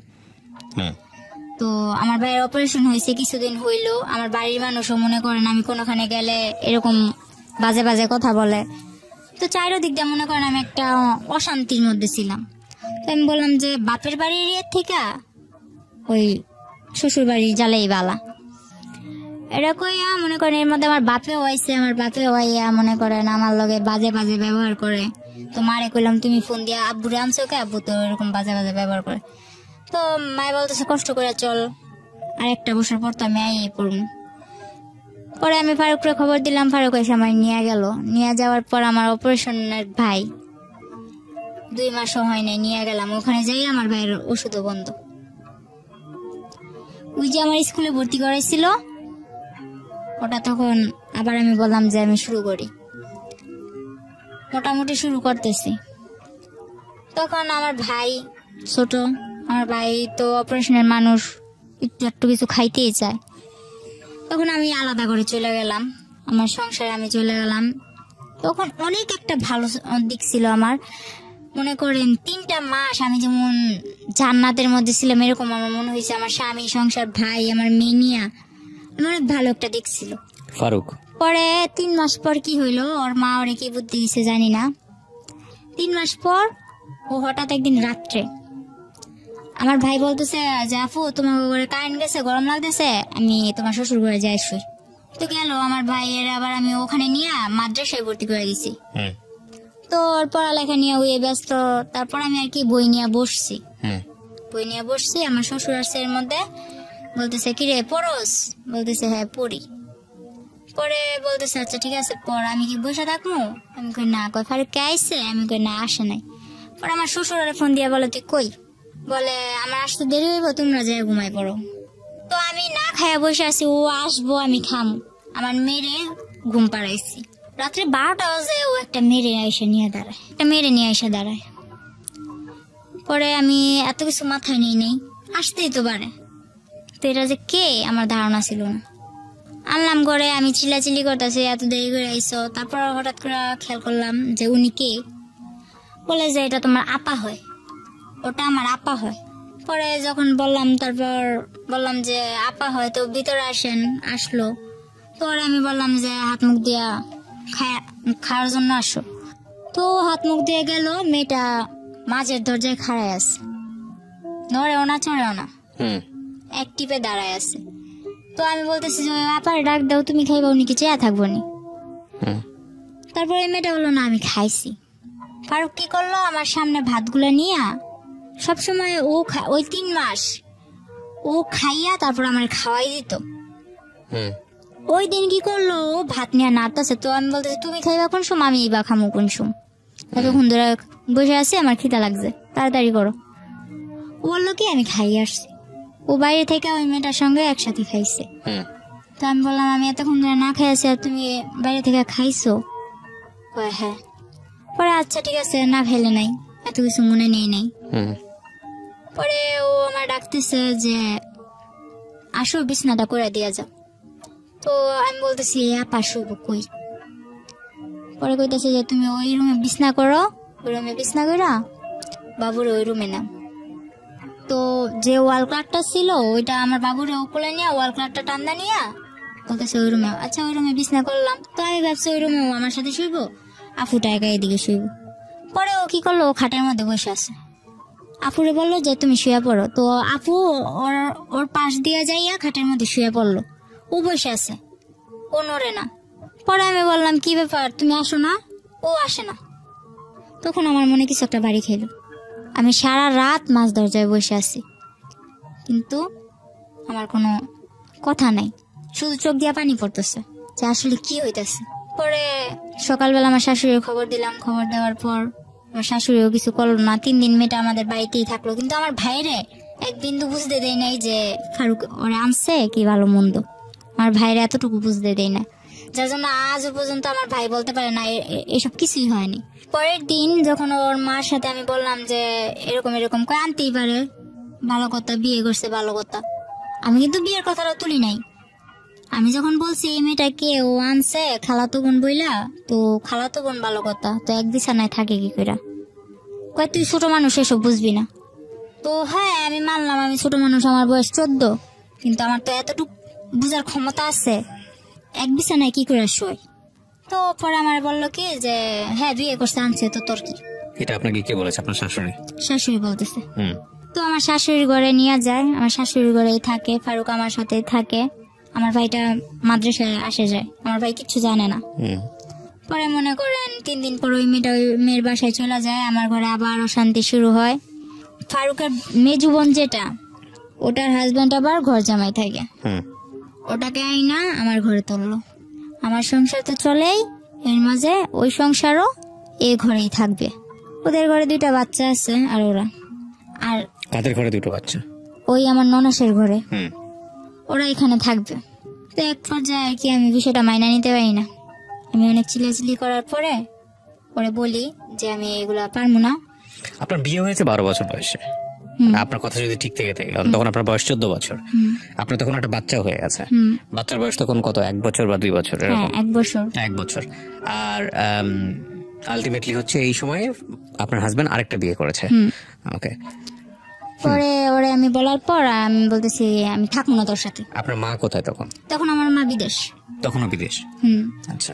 তখন আমার যখন অনেক মারধর করে আর কি, পরে এক পর্যায়ে আমার অনেক মারে আর কি। ও বলতেছে তোর পাগল বানাই দিম, তোর পাগল বানায় ছেড়ে দিম। তারপর আমি কি করলাম, মাইর খাইয়া সকালবেলা উঠা ওরে আমি বললাম তুমি আমার এরকম করে মারতে পারলা, আমি তো তোমার কাছে ইচ্ছা করে আসি নাই। এর মধ্যে ও সবাইরে জানাইছে কি, আমার বাড়ির লোক ওর বাড়ির লোক সবাইরে জানাইছে আমাদের মধ্যে কোনো একটা সম্পর্ক ছিল, আমরা প্রেম করে বিয়ে করছি। এই আমি ওর কাছে ওই চট্টগ্রাম গেছি, কিন্তু ও আমার আনে নাই।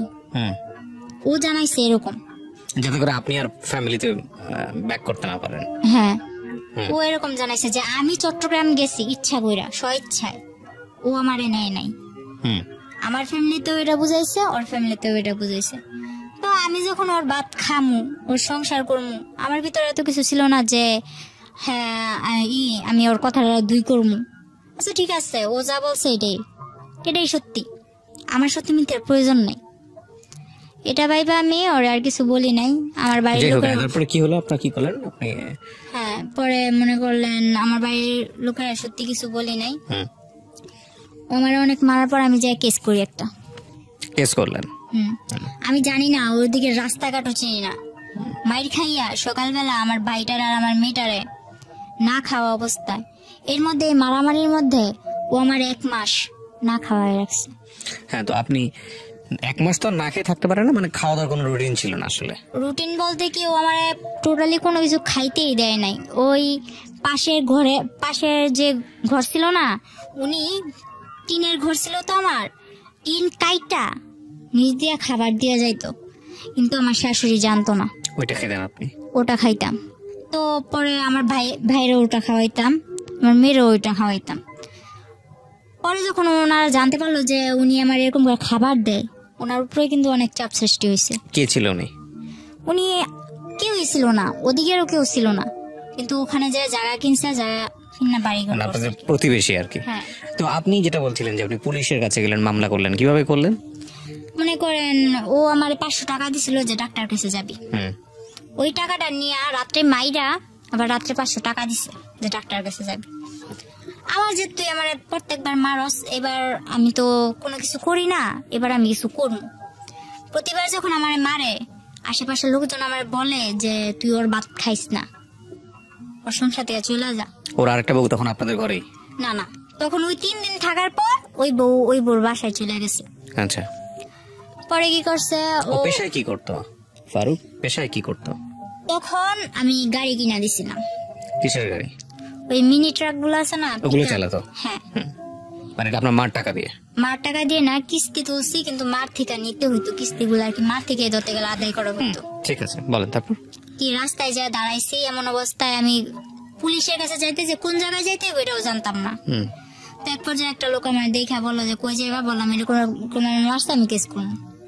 তো ওই লোকটা বিনা স্বার্থে বিনা ভাড়ায় আমার নিয়ে যায় থানায়। তারপর যে কেস লেখলো, উনি 200 টাকা রাখছিল।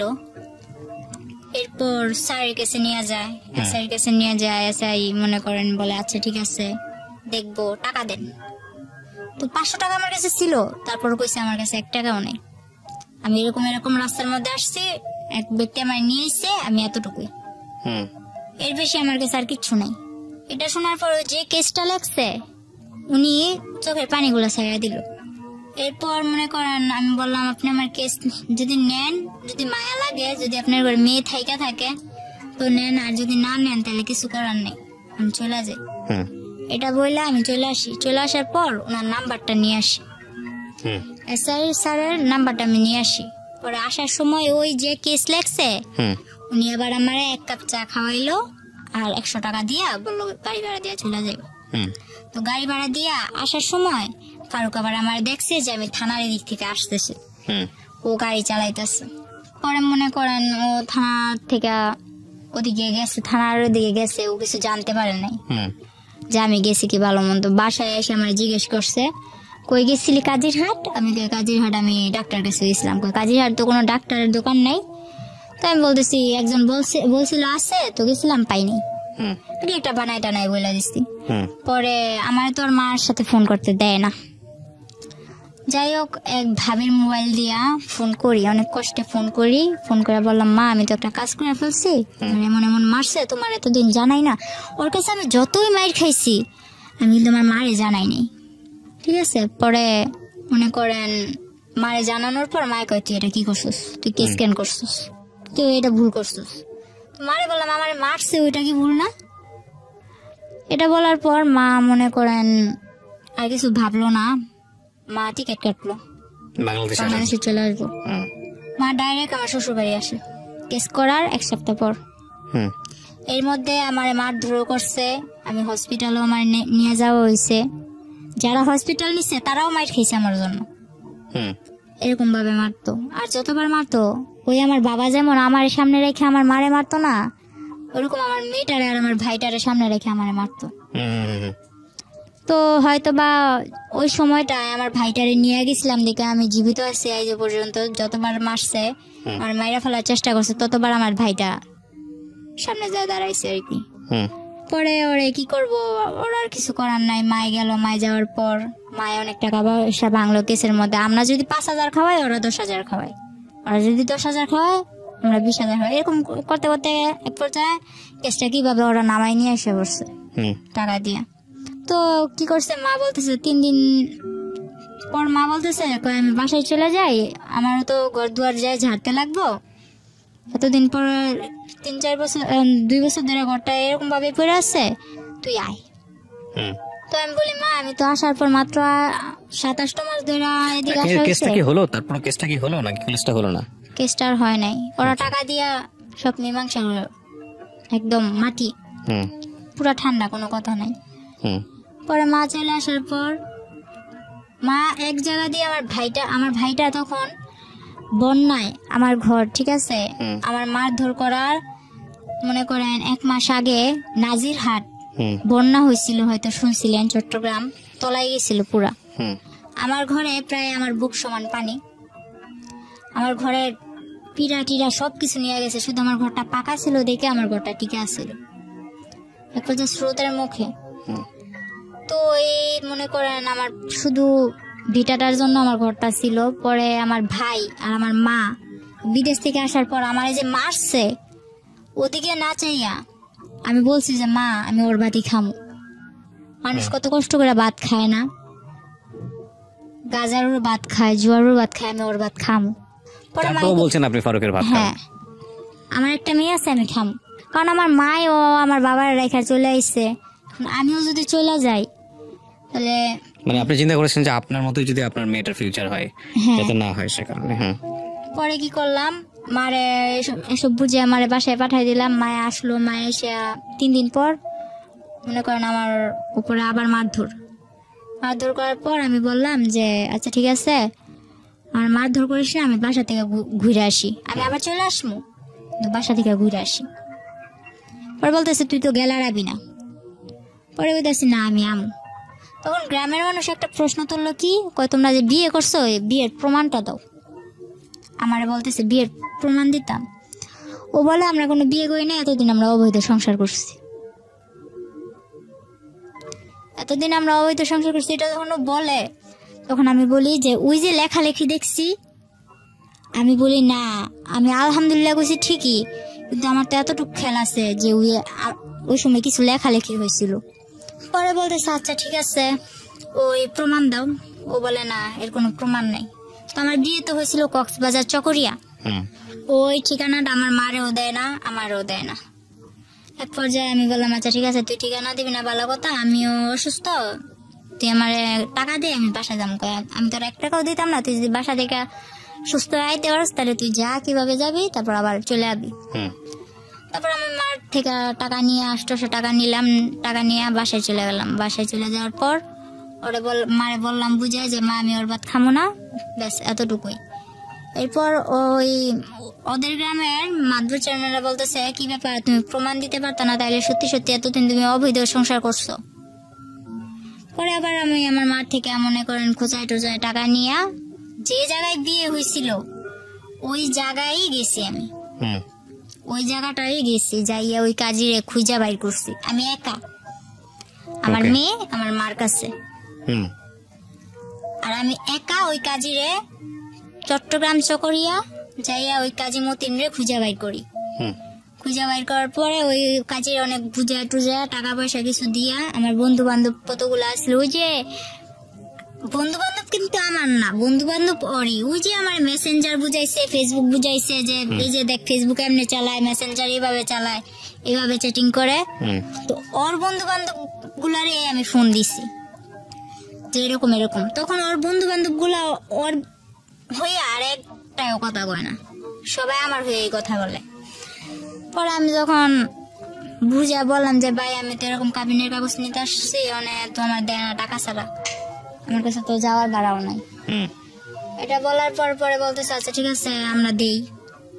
তারপর ওনারা 4-5 জন ম্যানেজ করে আমারে 4-5 হাজার টাকা দেয়। আচ্ছা, ওইটা দিয়ে আমি কাবিনের কাগজটা তুলে নিয়ে যাই, কিন্তু নিয়ে যাই কিছু করতে পারি নাই। ওই ছবি তুলা ইমুতে মাতবরের কাছে দিছিলাম। তারপর কি আমি ওর বাদ খামু না। এর মধ্যে আমার বাবা কি করলো, 12 বছর পর আমার মারে বললো কি আমার মেয়ের সাথে এত বড় অন্যায় হয়েছে। যে বাবা নি বলতো যে ও আমার জন্মের না, ওই বাবা বলতেছে আমার মেয়ের সাথে যখন এত কিছু হয়েছে আমি শেষ দিকে ছাড়বো। ওই আমার বাবা দোকান ভাঙচুরে এগুলা করে আমার মারে আর কি একটু একরকম পটাইলো। মারে পটানোর পর মা বলতেছে 12 বছর পর যখন ও মেয়ে স্বীকার করছে, মেয়ের জন্য এত কিছু করতেছে বা করবো, তাইলে ওরে আমি আনতেই পারি। গ্রামের সবাই বলছে দেখ তুই ওরে আনিস না। আমার বাবা ডাইরেক্ট 2 হাত দানা করছে যে ওরে কিন্তু তোর সংসারে আবার আনিস না। তো আমার মা আনছে, আনার পর আমরাও ভাবছি বাবা পাইছি দুনিয়া পাইছি। তো বাবা পাইছি দুনিয়া পাইছি এটা ভাইবা বাবারে খুব হাসি মুখে অনেক 6-7 দিন সংসার কাটা গেছে।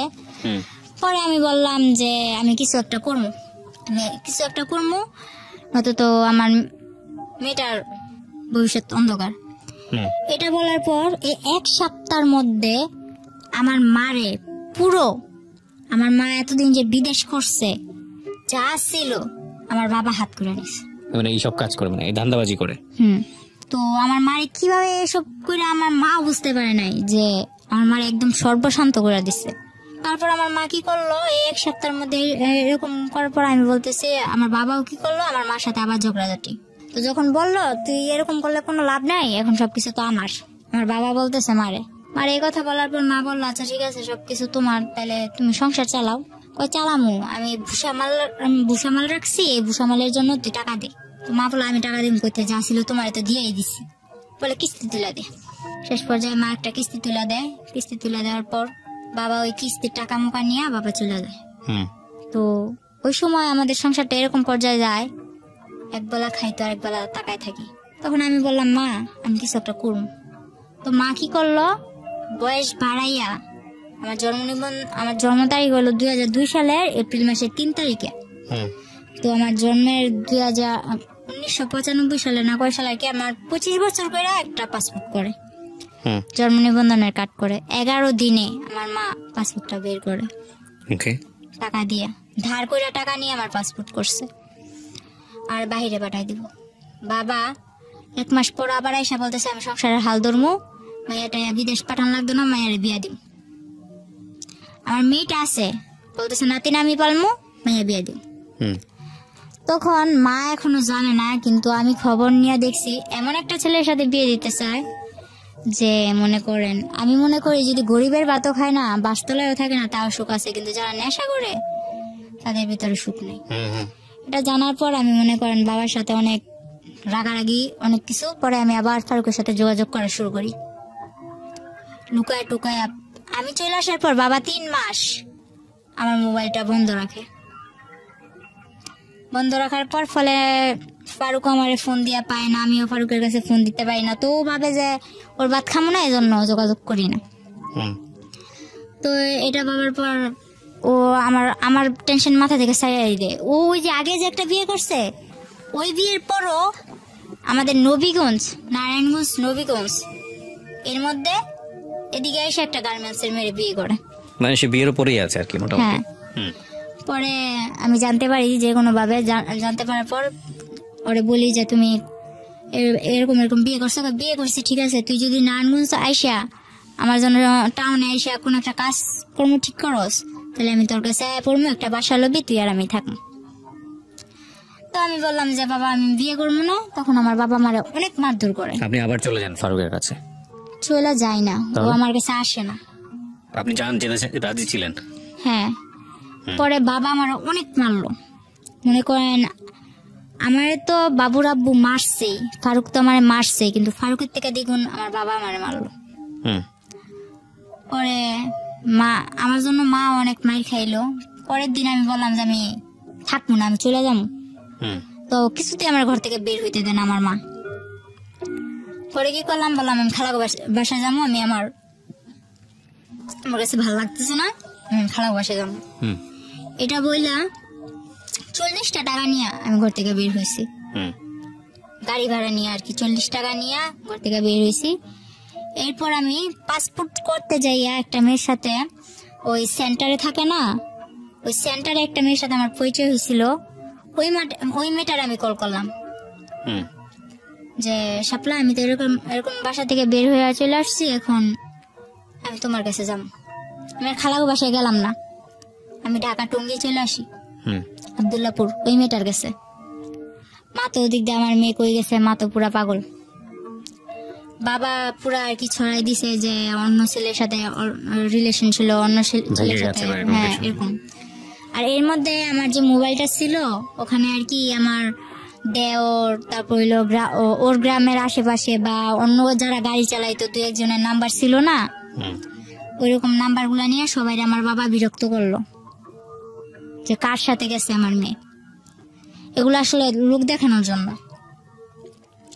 পরে আমার বাবা এরকম করার পরে আমি চলে আসলাম। তারপর ওই ফেসবুকে ওরই বন্ধু এক আনোয়ার, ও ওমান থাকে, ও কি করলো হঠাৎ করে আমার ফোনে ফোন দিল। তখন আমি ওই শাপলার কাছে, যে মেয়েটার সাথে আমার পরিচয় হয়েছিল, ওই মেয়েটার কাছে, শাপলার কাছে। পরে কি করলাম, ওই শাপলার কাছে যাওয়ার পর আমি ওই আনোয়ার কল দিছে আমারে। কল দেওয়ার পর আমি রিসিভ করি না, ও রিসিভ করে বললো যে মিম কই। বলে মিম তো ঘুমাইতেছে, ও তো অনেক অসুস্থ, ও তো ওর বাড়ি ছেড়ে চলে আসছে, ওর বাবার অনেক মারধর করছে, ও তো এখন চলে আসছে। ও কি কিছু খাইছে? ওই আনোয়ার আবার আমার প্রতি একটু দুর্বল ছিল, এটা আমি জানতাম না, তখন জানলাম। ও কি কিছু খাইছে? পরে শাপলা বললো না খাই নাই, আমার কাছে টাকা নাই, খাওয়াইতে পারেনি। ওই ছেলে আবার ই করছে, আমারে কিছু না বইলা, আমার সাথে কিন্তু ওর সাথে তখন ওরকম কোনো সম্পর্ক নাই, বন্ধু হিসেবেও কোনো সম্পর্ক নাই। ও কি করলো, বললো যে তুমি এখন বিকাশের দোকান যাও। ওই মেয়েটার সাথে সাথে বিকাশের দোকানে যাওয়ার পর 10,000 টাকা দেয় ওরে আমার খাওয়ানোর জন্য, কিন্তু আমি জানি না। পরে ওই মেয়েটা আমার নিয়ে আমার বলে না, আমার ফোনে আর ফোন দেয় না, ওই শাপলার নাম্বার নিয়ে শাপলার সাথে যোগাযোগ করে আমি কেমন আছি, ভালো আছি কিনা শাপলারে জিজ্ঞেস করে, তো আমারে জিজ্ঞেস করে না। পরে শাপলা আমার খাওয়াইতেছে দাওয়াইতেছে খুব ভালো। এর মধ্যে আরেকটা ছেলে, ওর নামটা আমি ভাঙতে চাইতেছি না, ওই ছেলেটাই মেসেঞ্জারে আমারে বলে, ওই ছেলেটার সাথে আমার অনেকদিন ধরে যোগাযোগ, আমার মেয়ে আছে, আমার কিভাবে সংসার ফেলায় আমি আসছি, আমার বাবা আমার মারধর করে, টোটালি সব জানে ফেসবুকে। হ্যাঁ, ওই মেসেঞ্জারে কতগুলো গ্রুপ থাকে না, ওই গ্রুপ থেকে সব জানে। সব জানার পর তারপর ও বললো কি, ওরে কিন্তু আমি প্রথম আঙ্কেল ডাকছিলাম, ওই ছেলেটারে প্রথমে আমি আঙ্কেল ডাকছিলাম। পরে ওই ছেলেটা বলে যে, আমি বলতেছি যে এক পর্যায়ে যখন আমি ওই টঙ্গী আব্দুল্লাপুরে চলে আসি, এরপর আস্তে আস্তে আমি ওই মেসেঞ্জারে কথা বলা শুরু করি ফারুকের সাথেও, আর ওর বন্ধু বান্ধবের সাথেও, আর আমার কিছু বন্ধু বান্ধব আছে ওদের সাথেও। এরকম করতে করতে অনেক বন্ধু বান্ধব হয়ে গেল। তো ওই ছেলেটা বলতেছে যে, তখন আমার ফেসবুকে সবাই বাবলি নামে চিনতো, তো যেখানে মারিয়া নামটা শুনে ওইখানে আমার হাজবেন্ড ফারুক আমার ভাইরাল করে, ওই অন্য মাইসের বডিতে আমার ফেস টেস লাগায় ভাইরাল করে, অপমান করে। তো আমার এক ফ্রেন্ড আমারে মিম আক্তার নামে একটা আইডি খুলে দিল। তো মিম আক্তার নামে আইডি খুলে দেওয়ার পর তখন থেকে আমার মিম বলে। যখন ওই ছেলের সাথে আমার পরিচয় হইলো, ওই ছেলের সাথে পরিচয় হওয়ার পরে আমি বলতেছি যে এরকম এরকম, আমার একদিন জিজ্ঞেস করতেছে যে তোমার সমস্যা কি, তুমি কারোর সাথে বেশি মিশো না কেন, আর তোমার দেখলে সবাই এত অপমান করে কেন। এটা যখন বলছে তখন আমি সবকিছু ওর কাছে ভেঙে বললাম। তখন ও আমার বললো, কয় আমারও একটা বোন আছে, ও ইন্ডিয়া চলে গেছে, ওর নামও আমার নাম যেটা, ওর নামও এটা, তো এক পর্যায়ে বললো যে তুমি যদি আমাদের এখানে আসো তাহলে আমি কাজ ঠিক করে দিতে পারি তোমার। তো আমি এতটুকু বিশ্বাস নিয়ে গেছিলাম। আর যাওয়ার আগে ও আমার এতটুকু ভরসা দিছিল যে ওর কাছে যাওয়ার পর আমার কোনো ক্ষতি হইব না, আমার গায়ে একটা আঁচড়ও লাগবে না। যাওয়ার পর যেটা হইলো, কিছুদিন ভালো হয়েছিলাম, একটা বাসায় উঠলাম। তো ওই আনোয়ার এদিক দিয়ে আমার জন্য পাগল, শাপলারও পাগল করে দিতেছে, ওইটাও আমি জানি না। আনোয়ারের মা আমারে ফোন দেয়, আনোয়ারের ভাবি আমারে ফোন দিয়ে আর কি যা ইচ্ছা তাই। পরে মনে করেন ওই ছেলেটার ওখানে যাইয়া কিছুদিন ভালো হয়েছিলাম, একটা ফ্যামিলিতে যাই আমি উঠি। ওঠার পর ওই ছেলের সাথে মনে করেন ও আমার কাজ ঠিক করে দেয়, কাজ টাজ করি। পরে এক পর্যায়ে ও আমার কি করলো, আমার অনিচ্ছাকৃত ভাবে ও আমার পুরোটা যাই না, আমার সাথে জোর করা মনে করেন ফিজিক্যাল ভাবে হ্যাঁ। পরে এরকম করতে লাগলো, এরকম করতে করতে তিনবার আমার সাথে এরকম বাজে এরকম হয়েছে। তখন আমার মার কাছে। তো আপনি ছেলেটার কাছে কেন গেলেন? ওই ছেলেটার কাছে তো আমি যাই নাই, ওই যে আমি টঙ্গী চলে আসি আর বাচ্চা টাচ্চা বাবা মা সব ফালাই রেখা টঙ্গী থেকে ও আমারে বললো যে তুমি এদিকে আসলে নারায়ণগঞ্জ আসলে। এটা যাওয়া ছেলেটার কাছে, বুঝতে হবে কোনটা ছেলের কাছে যাওয়া কোনটা ছেলেটার কাছে যাওয়া না, এটা বুঝতে হবে না। দেখেন আপনি এখন বর্তমানে কি করছেন এটা একটু বলেন তো আমাকে। আমি বর্তমানে কিছু করতেছি না, বর্তমানে হাজবেন্ডের সাথে আপনার কোনো সম্পর্ক নাই, ফারুকের সঙ্গে কোনো সম্পর্ক না। আচ্ছা, আর এখন আপনার কিভাবে চলে? আপনার বাচ্চাটা কোথায় থাকে? আমার বাচ্চাটা আমার মার কাছে থাকে, আমি আমার মার কাছে আছি। আর আমি চলে যাওয়ার পর আমার বাবা বাসা থেকে তাড়ানোর পর এর এক সপ্তাহ পর আমার বাবা নিজেও চলে যায়। সেটা নাইবা জানলাম। আজকে এই ঘটনাটা পুরোটা শোনার সময় আমি যথেষ্ট ধৈর্য হারিয়েছি বিকজ অফ গল্প বলার স্টাইলে, কিন্তু আমার কাছে মনে হয়েছে বলার সুযোগ দেওয়া উচিত। যারা ধৈর্য ধরে শেষ পর্যন্ত শুনেছেন তাদেরকে বেশ কয়েকটা কথা বলার জন্য, এবং এই কথাগুলো যে খুব বেশি নতুন তা না। একটা যেটা হচ্ছে কি মিম, প্রথম কথা হচ্ছে যে আপনার আসলে আগাগোড়া তেমন কোনো দোষী নাই। আপনি বর্তমানে বয়স হচ্ছে 18 বছর, আপনি এর মধ্যেই আপনার বাচ্চার বয়স 4 বছর, যাকে কোলে করে নিয়ে এসছেন আপনি, এবং আপনি যে ভাইয়ের কথা বলছিলেন সেই ভাইও আপনার সঙ্গে বোধহয় এসছে। জি আচ্ছা, তো প্রথম কথা হচ্ছে মিম, আপনার এই আগাগোড়া কোনো দোষী নাই। আপনি যতগুলো ভুল এখানে করেছেন আপনি বয়সের খাতিরে সবগুলো ভুলের এক ধরনের মাপ পেয়ে যান। কেন পান আমি সেটা বলি। কারণটা হচ্ছে এই 18 বছর বয়স বা 20-22 বছর বয়স ম্যাচুরিটির জন্য খুব বেশি বয়স না। মেন্টাল ম্যাচুরিটি যেটাকে আমরা বলি, মানসিকভাবে পরিপক্ক হওয়া বাংলায় যেটাকে বলে, তো সেটার জন্য বয়স তেমন কোনো বয়স না। কিন্তু এই 18 বছরে আপনার জীবনে যত বড় বড় ঝড় গেছে সেটা সারা জীবনেও অনেক মানুষ সেটা ফেস করে না। আপনি আজকে কষ্ট করে এখানে এসেছেন, গল্পটা বললেন, এবং আমি জানি বাংলাদেশের অনেক মেয়ের, প্রত্যন্ত গ্রামাঞ্চলের অনেক মেয়ের জীবন গল্পই হয়তো আপনার মতো। তো সেই জায়গাটা থেকে আমি আপনাকে রিকোয়েস্ট করবো, মূল ফোকাসটা হওয়া উচিত আপনার লেখাপড়া। এখনো মাত্র 18 বছর বয়স, আপনি এই লেখাপড়া এবং পাশাপাশি কিছু কাজ করে নিজের পায়ে দাঁড়ানো। আমার এখনো ইচ্ছা করে পড়ালেখা করতে, কিন্তু আমি যে আজকে এখানে আসা হয়েছে আমার, ঠিক আছে আমি আসছি, ঠিক আছে আমি আসছি, কিন্তু আমি যাবো কি করে এটা কিন্তু এখন আমার ঠিক নাই। মানে আপনি অর্থনৈতিক সাপোর্টের কথা বলতেছেন, হ্যাঁ, কিন্তু আপনার ইচ্ছা থাকলে সেটা সম্ভব। মানে আপনি যদি ইচ্ছা করেন, এখন হ্যাঁ আপনি বলছেন আপনার সামর্থ্য নাই, কিন্তু আপনার আমি যদি মনে করি সামর্থ্য নাই, তার মানে আপনি বসে থাকতে পারেন না। নিশ্চয়ই আপনি নিশ্চয়ই খাওয়া দাওয়া করবেন, তার মানে আপনার মানে এক খাওয়া দাওয়া বলতে যেটা বোঝাচ্ছে আপনার 3 বেলা ঘরে খাবার নাই, তার মানে আপনি মরে যাবেন না। নিশ্চয়ই খাবারের ব্যবস্থাটা নিশ্চয়ই হয়ে যাবে। ওই যে আপনি বললেন না যে পাশের প্রতিবেশী আপনার টিন কেটে খাবার দিতে আপনাকে 1 মাস, তাহলে আল্লাহ আপনার রিজিক রেখেছিল বলে আপনি খেতে। ওইখানে একটা প্যাশন থাকতে হয় যে না, আমাকে সার্ভাইভ করতে হবে, আমাকে বেঁচে থাকতে হবে, আমাকে লেখাপড়া শিখতে হবে, আমার লেখাপড়াই হচ্ছে আমার মুক্তি, এটাই হচ্ছে আমার রাস্তা। হ্যাঁ, with the name of Almighty Allah. So আপনি যদি এভাবে চিন্তা করেন তাহলে দেখবেন যে লেখাপড়াটা আপনার কাছে আসছে, আপনি শিখতে পারছেন। জীবনে যত নাটকীয় ঘটনা ঘটে, যত ভালো ভালো রেজাল্ট আসে, তার পিছনে একটা মানে খুব শক্তিশালী একটা বলা যেতে পারে না পাওয়ার মতো একটা ঘটনা থাকে। লাইক আপনি এখন যে অবস্থার মধ্যে আছেন, কিন্তু আপনাকে বিশ্বাস করতে হবে যে না, আমি এই জায়গাটা থেকে বের হয়ে আসতে পারবো। আপনি যদি মনোবল, যদি শক্তি থাকে, আল্লাহ আপনার পাশে আছেন, সবসময় আছেন। তো প্রিয় শ্রোতা, আমি শেষ করছি আজকের এই জীবন গল্প। অনেক লম্বা সময় ধরে বললাম। আমি জানি বাংলাদেশের অনেক মেয়ের পারিবারিক যে নিরাপত্তা বেষ্টনী, সেখানে অনেক বড় সমস্যা আছে। তো সব কথা শেষ কথাটা হচ্ছে এটাই যে আমরা যেন আমাদের সন্তানদেরকে ওই নিরাপত্তা বেষ্টনীর মধ্যে রাখতে পারি পারিবারিক ভাবে, এটা তাদের জন্য খুব খুব খুব প্রয়োজন, খুব প্রয়োজন। তো থ্যাংক ইউ সো মাচ। আজকে যারা অনুষ্ঠানটা শুনলেন তাদেরকে ধন্যবাদ জানাচ্ছি। আগামী বুধবার আবারও কথা হবে। অনেক অনেক ভালো থাকবেন। শুভরাত্রি। জীবন গল্প।